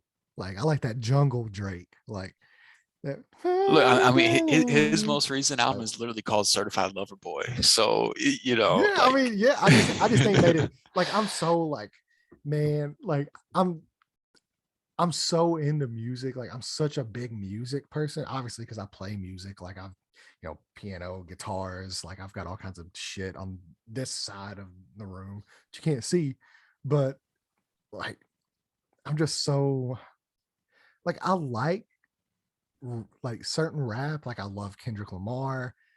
I'm just so old, man. I'm such an old head, like deep down. Like you will more than likely you will have a better chance of finding me listening to like 70s like music that they're using in the samples of these songs than you will actually have me listening to these songs. Like I'm more likely listening to the samples they're using. So I mean I got so far out of like once like the Migos and all that shit started popping off, like I almost checked out of there's a lot of bad going on in rap right now, but don't let it keep you from enjoying the good, because there's still plenty of good going on right now. To be honest, man, like I'm still like, and it's been like this for like 20 years at this point. Like I'm still so like wrapped up in like pop punk, like 2004, like Newfound Glory, Simple Plan. Oh yeah, I've moved on from all that shit. I liked it too back in the day, but I'm all in. Whenever I really got into rap and hip hop, as like because My Chemical Romance, Panic at the Disco. I was purely I was like Chevelle, Linkin Park, System of a Down, like that. That was my avenue. I like that stuff. That was my avenue before I got into rap. But like POD, that was my Paramore. I love avenue Paramore, dude. before I got into rap. Paramore. But once I got into rap, there was just no looking back for me. It's easily my favorite music to listen to. Yeah, I go for a long time.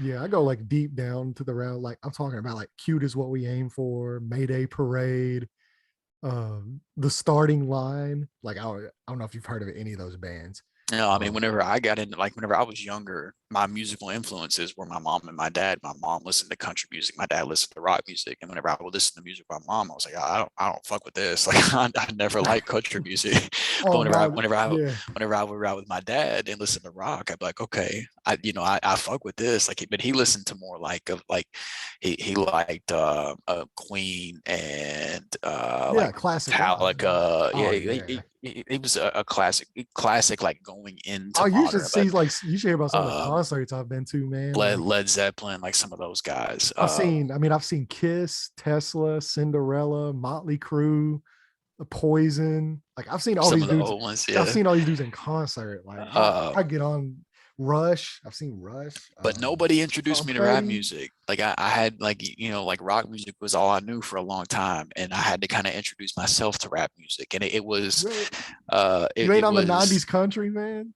You don't no, like, I could oh no, man, no, you give none me, of it, bro, none of it. you give me some, like, you give me 90s country all day over rap. I will listen to Alan Jackson and Nah, Travis Tritt all day, no man. shot. Yeah, like No, that's easy, man. Like, give me some Sammy Kershaw. Like, it's over, man. I got to get caught. I Joe got to get Diffie. cotton Give me some balls. Joe Diffie. I got to get cotton balls and band-aids to control all the ear bleeding whenever that shit comes on. Any of it, bro. I just don't. I don't jive Brooks with and country Dunn, music, man. man. Like like No, Brooks and Neon. No, Nunn. no, It's Brooks and Nunn for me. I nah. don't want none of it. No boot scooting boogie in this podcast. No, that's crazy. No, you got a lot better of a chance of catching me listening to stuff like that than you do rap music. And that's not to say I don't like rap. I do like rap. I'm just, like I said, I'm just an old head. I like the Low End Theory by Tribe Called Quest. Like, that's my rap. Like, Yeah, nothing wrong with that. yeah. I mean, I like that old 80s, 90s, early 2000s. I mean, Ja Rule, Ashanti.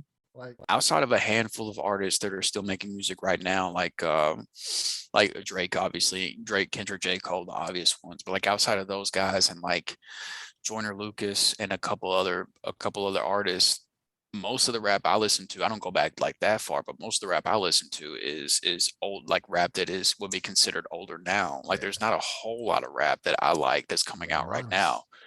Like I said, old Ja Rule, Busta Rhymes, Ludacris, Exhibit, Fat Joe. Like, that's like Luda shit was that one of I my like. favorites. Yeah, like shit I that I love like. Luda. Yeah, shit that I grew up with. Like, and First then album, like I said, like that mid 90s, like my favorite rap album of all time is Doggy Style by Snoop Dogg. Like, that's my favorite rap album ever.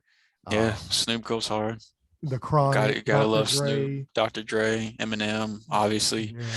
Yeah. I'm not even a huge Eminem guy. Like, I don't even. I love Eminem. Like, I mean, I like him. Like, I won't turn his music off, but I've got other stuff that I would rather search out. Like, and then too, like, Rakim, Tribe Called Quest, Kanye West. I see, that's one I've never fucked with Kanye. Man, Kanye ever. West, like those first like 5 albums. Even whenever he was hot, like whenever I was in high school, I never fucked with it. Like, It was College Dropout, Late Registration, Graduation, My Beautiful Dark Twisted Fantasy. Oh my gosh. 808s and Heartbreak. 808s wasn't my favorite. It was I know it was for a lot of people, but man, College Dropout's like top 3 rap albums ever. I don't know why, man, but Kanye never did it for me. That's not on. I'm not to be like a hater or anything like that. Like, there was plenty of people around me that were bumping the shit out of Kanye in high school, and it never. I was all about Kanye. Like, when College Dropout came out, like, like I said, we were in high school and stuff, and yeah, that album I remember buying that CD at Circuit City. Whenever most people were listening to Kanye, I think I was spending most of my time listening to Wayne.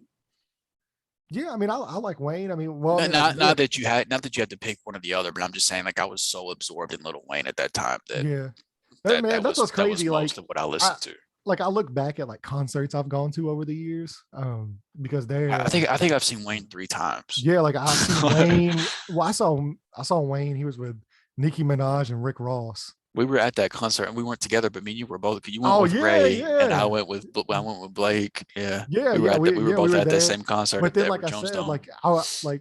I've seen, like I said, like Kiss, Motley Crue, but then also like, I've seen Third Eye Blind and Matchbox 20 and the All American Rejects, and then I've seen Sublime multiple times, and Goldfinger. Like I don't even know if people know who Goldfinger is. Like if you don't know who Goldfinger is, if you ever play Tony Hawk's Pro Skater, you know who Goldfinger is. Yeah, Um, 100%. I was gonna say that's the only way I've heard from him, but like yeah, that but game, dude, that was man, to this day like that soundtrack has a special place in my one of the heart. top 3 concerts I've ever been to was a Goldfinger show.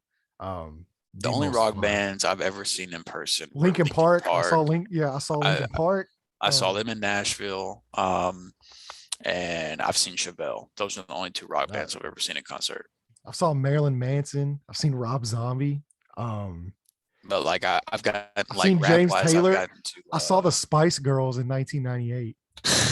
Legit, like for real. They were hot, bro. Yeah, like that's what I'm talking about. Like man, like you could literally go through my concert list and be like, this dude's music is like. I mean, we've seen Drake. Like I've seen Drake in concert. I think we went. Were you with us when we went to that in Lexington back whenever he I played? didn't go to. I went to that. I went to a he had a show in St. Louis on that same tour. I went to that one, but that was right before he dropped. Take Care. No, it was the album before that. Thank You Later. No, it was that was the Take Care tour. Thank Me Later had already dropped. I promise. It wasn't. I promise. Thank Me Later had already dropped. That was the Take Care. That was the tour. That was the tour whenever he had released Take Care. Because Take Care came out when I was in Bowling Green. One of the main songs that same tour. Whenever I went to the one in it was Champaign. I went to the show in Champaign, Illinois. The song with him and Nikki, that I'm So Proud of You. That was one of the main songs he played. Take Care. He didn't play that one at the one that I went to. Like it was. I'm telling you, it was the same tour. It might have maybe he my was show doing was songs later than like your, he was doing yours, songs. But yeah, this might have been before. This might have been before then. Like I'll tell you this was the show that I went to that was on that same tour. His opening acts were A$AP Rocky and Kendrick Lamar. No, those weren't there whenever he was in. Because I've never seen Kendrick Lamar. I would have loved to have seen Kendrick Lamar. I guess Good we're Kid, talking Mad about City is like one of my favorite albums ever. Yeah, that album's incredible. But yeah, and then To Pimp a Butterfly too. Like To Pimp a Butterfly is so good, man. So let me see what tour that was, because I'm curious now. Because it was Thank Me, because like I remember he was like, "This is a song off my new album. It ain't come out yet." And then he was like, "You can thank me now." Like I remember that dropping. Great, Kendrick Lamar, A$AP Rocky tour. I can't remember who opened. I can't even remember who opened for him. I don't know if he even had an opener. It might have just been some local dude. Now I did see. I got to see Bryson Tiller before he got popular, and I got to see. Yes, it was the Take Care tour. At least the one I went on. The one I went to. The one I wasn't was. I mean, it would have had to have been 2010.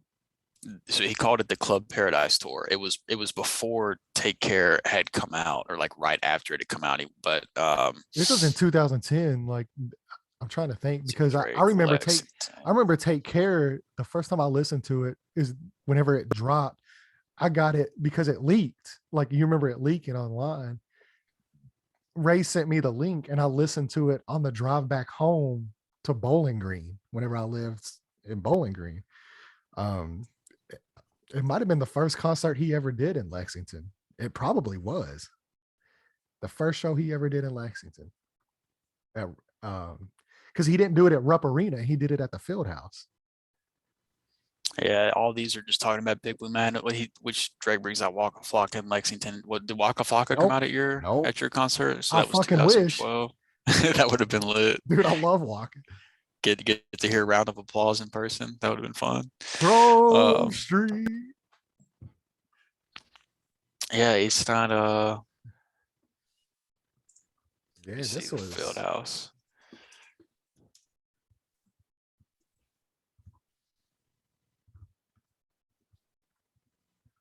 Yeah, he played Fireworks was like the song like off of his new album. Like that Thank was Me Later.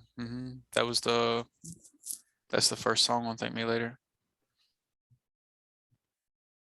yeah, that's what I'm saying. Is like this was before.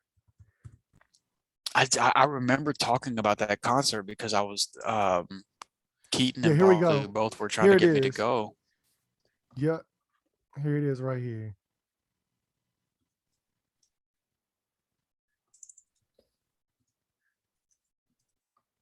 Yep. April 2010.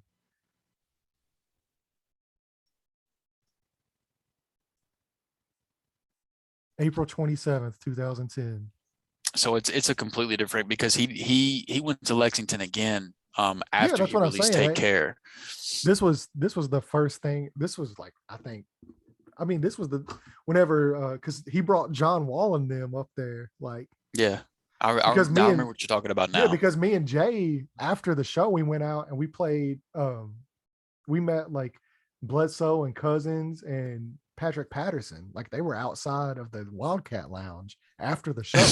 I got a picture with I went to an MMG concert. Yeah, I saw Rick Ross and Meek Mill and Wale in Lexington, and then me and Keaton Powell took a picture with Nerlens Noel after the concert. We ran into him and they got a picture with them like in the little like up section. But no, I got confused. It wasn't you that asked me to go, but that same tour I went on, I went to like one of the first shows of that tour in Champaign, Illinois. It was called the Club Paradise Tour, but it was in the middle of Take Care being released.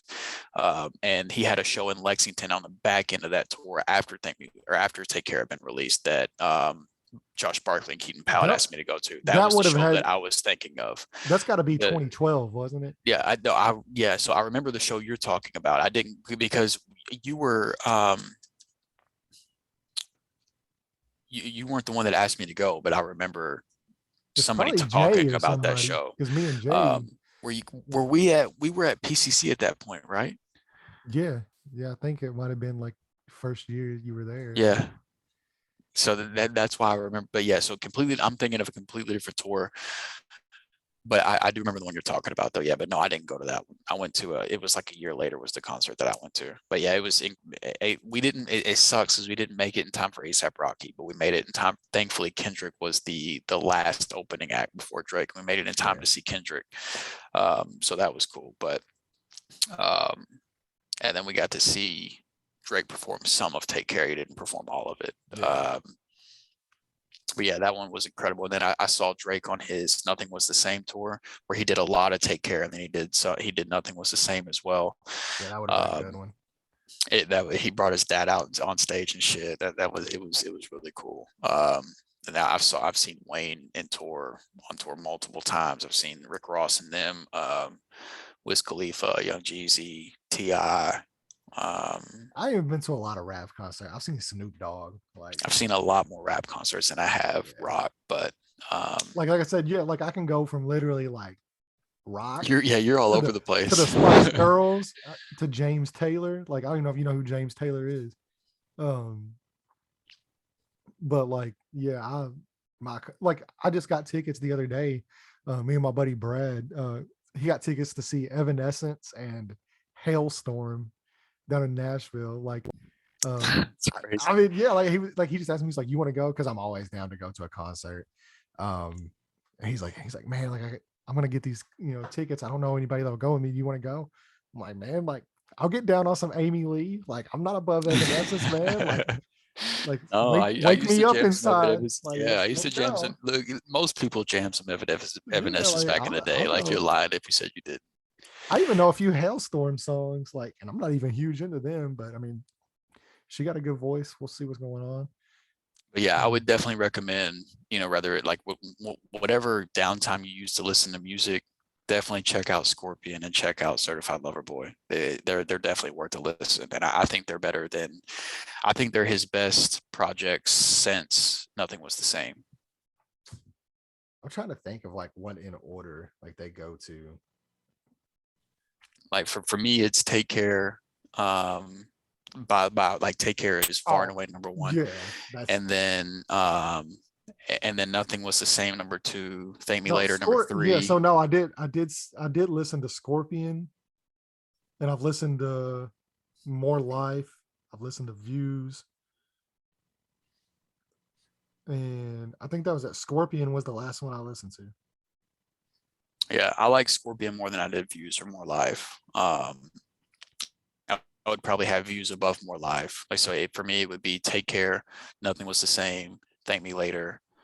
I haven't decided if I like Scorpion or Certified Lover Boy more, but them two would be back to back in some order, and then Views, and then More Life. And then if you want to like So Far Gone, that's without yeah, I mean that's without putting like the So Far Gone and that's the first If You're time Reading I heard This him. Is Too Late and that type of stuff. Comeback Season was the first time I ever heard him.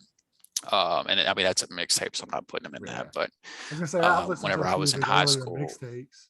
Comeback Season, it was technically his second mixtape. Room for Improvement was his first one. Yeah, I would say, but I didn't. Room for Improvement because I didn't know about that one until I went back and listened to that one after I listened to Comeback Season. But Comeback Season was the mixtape that introduced me to Drake. My cousin was always big into it. I remember her sending me the link for Room for Improvement and all those. Yeah, that was his very first the link one. for So Far Gone, and I actually really liked that one. And I used to. Yeah, that damn near could have been an album. Like it might as well have been. Yeah, and I used to bump that all the time in high school. Yeah. Yeah, So Far Gone was incredible. Which, I mean, I think that was my senior year when So Far Gone. I was almost in college when that one dropped. But that's crazy to think, like, his first thing, like, I was like, oh, yeah, like, I was almost in college. Like, and then now, like, we're all these albums later, and it's just like, man, like, I'm old. Like, I remember listening to, like, Outkast. Like, I remember that's one of, like, the first CDs I ever bought was Stankonia by Outkast. I love some Outkast back in the day. But I mean, like, anything else? Like we're just talking at this point, so we want to go ahead and we'll just end the show here, and then we'll see what's going on after that. But look, I'm just gonna say it's funny you said that because Drake literally said in this Certified Lover Boy, Drake said, when I signed my first deal, that shit came through a fax. That should let you know how long I've been out here running laps. Like, so, you know, it's kind of funny talking about how old we are and how old, you know, how much he's progressed in his music, and he's still. I mean, he's basically like. It's just breaking his own records at this point. Yeah, I'm saying, well, he's basically our age. Like he's that much older than us, which is wild to think about, man. Like. Well, let's see what it is. How old is Drake? What, 32? 35. Yeah. So he's right 5 there. years older than me. Yes, I mean, yeah, he's right there around us. So yeah, we said we weren't going to talk about music, and then we spent like 30 minutes talking about music. So. But it's our show. So this is what happens whenever Jared isn't here to keep us in line. Yeah, which really that's my job. Technically, I'm supposed to be like the moderator, like, and keep us in line, but. It just seems like if we have Jared on, we somehow keep the show shorter whenever Jared's with us. So I know, man, because like we have structure, like there's structure there. But then again, like these are my favorite types of shows where we just talk about what we want to talk about. We just go off and like we hit football, we hit baseball, we hit music. Like that's what I'm saying. Like we've told y'all for like I don't know how many episodes. Like we're more than just a football show. We actually are. Yeah. So like this is what we do. So you might actually be seeing a little bit more of these podcasts from us. Maybe not as long. We might need to put a cap on it. Yeah. We'll put like try to make it a little shorter. Yeah. Like or maybe we split it up into, you know, like 1 hour here and then another hour and another episode. But yeah, we're just talking. That's why it's called Off the Cuff today. Like we just got together and we're like, man, like, what do you want to talk about? And it's like, I don't know. Let's just press record and find out what happens. Yeah, let's just talk. Let's see what's going on. So yeah, let's end it here. We'll go ahead, let Drew close this out. If anybody is even still listening, which if you are, like, salute to you if you are, but like for real, if you're listening to this, like no joke, 100% true. If you have you listened to the whole podcast and you're listening to the end of this right now, send me your Cash App. I will Cash App you $20. dead serious. Like, because I already know nobody's listening this far in. So I'm not worried about the money. But Right. yeah, like if you're listening this far in, shoot me your Cash App and I will Cash App you a $20. And in part 2 of that, please let us know who you are so that you can be on the next Tuesday show with us. Like, if you've made it this far, you need to be on here with us for an episode. So you're gonna get $20 from Landon, and then next Tuesday night you can just bullshit with us for a little bit. But I mean, look, at this point, most of you guys that clicked on the show at the beginning are going to be hearing this part anyway. But if you are hearing this part, thank you guys for listening. We do appreciate it. It's regardless if anybody's listening or not, we have fun getting to sit down and bullshit for a couple hours a week. So we appreciate you guys that did hop along for the ride. But we're Apple, Spotify, Google, anywhere you can find a podcast, you can find us over there. We do appreciate if you go follow or subscribe or whatever that platform wants you to do. And then, of course, over on YouTube, if you want the visuals to go with the audio, we've got that as well. We got a YouTube channel, the Amateur Experts Podcast, where you can go over and subscribe to that channel as well. We would appreciate if you guys could do that. And then be sure to click that little bell that pops up whenever you do subscribe so that you can be notified of the 2 podcasts a week that do go up. We're not going to blow your phone up with notifications or anything like that. We're just talking about 2 shows a week, but you'll be aware when they do go up and can give those a listen as well. And then, of course, while you're here, be sure to like the video and then comment down below, whether it's the NFL discussion we had, the MLB discussion we had, the music discussion we had, whatever it was that caught your attention. If you have any, any takes you want to share, any agreements, disagreements, whatever the case may be, let us know about that too, so that we can continue this 2-hour-long discussion in the comments as well. But the main thing is that we do appreciate any clicks, any likes, any listens, any support we can get. We do appreciate it, because we're going to keep this thing going regardless. But it's the more people that are involved in the conversation, the more fun it is. So we appreciate you guys. Yes, sir. Thank you guys so much, and we will see you later on this week. We got our week 8 preview dropping, so don't miss that. Yeah, have fun. Thanks for listening.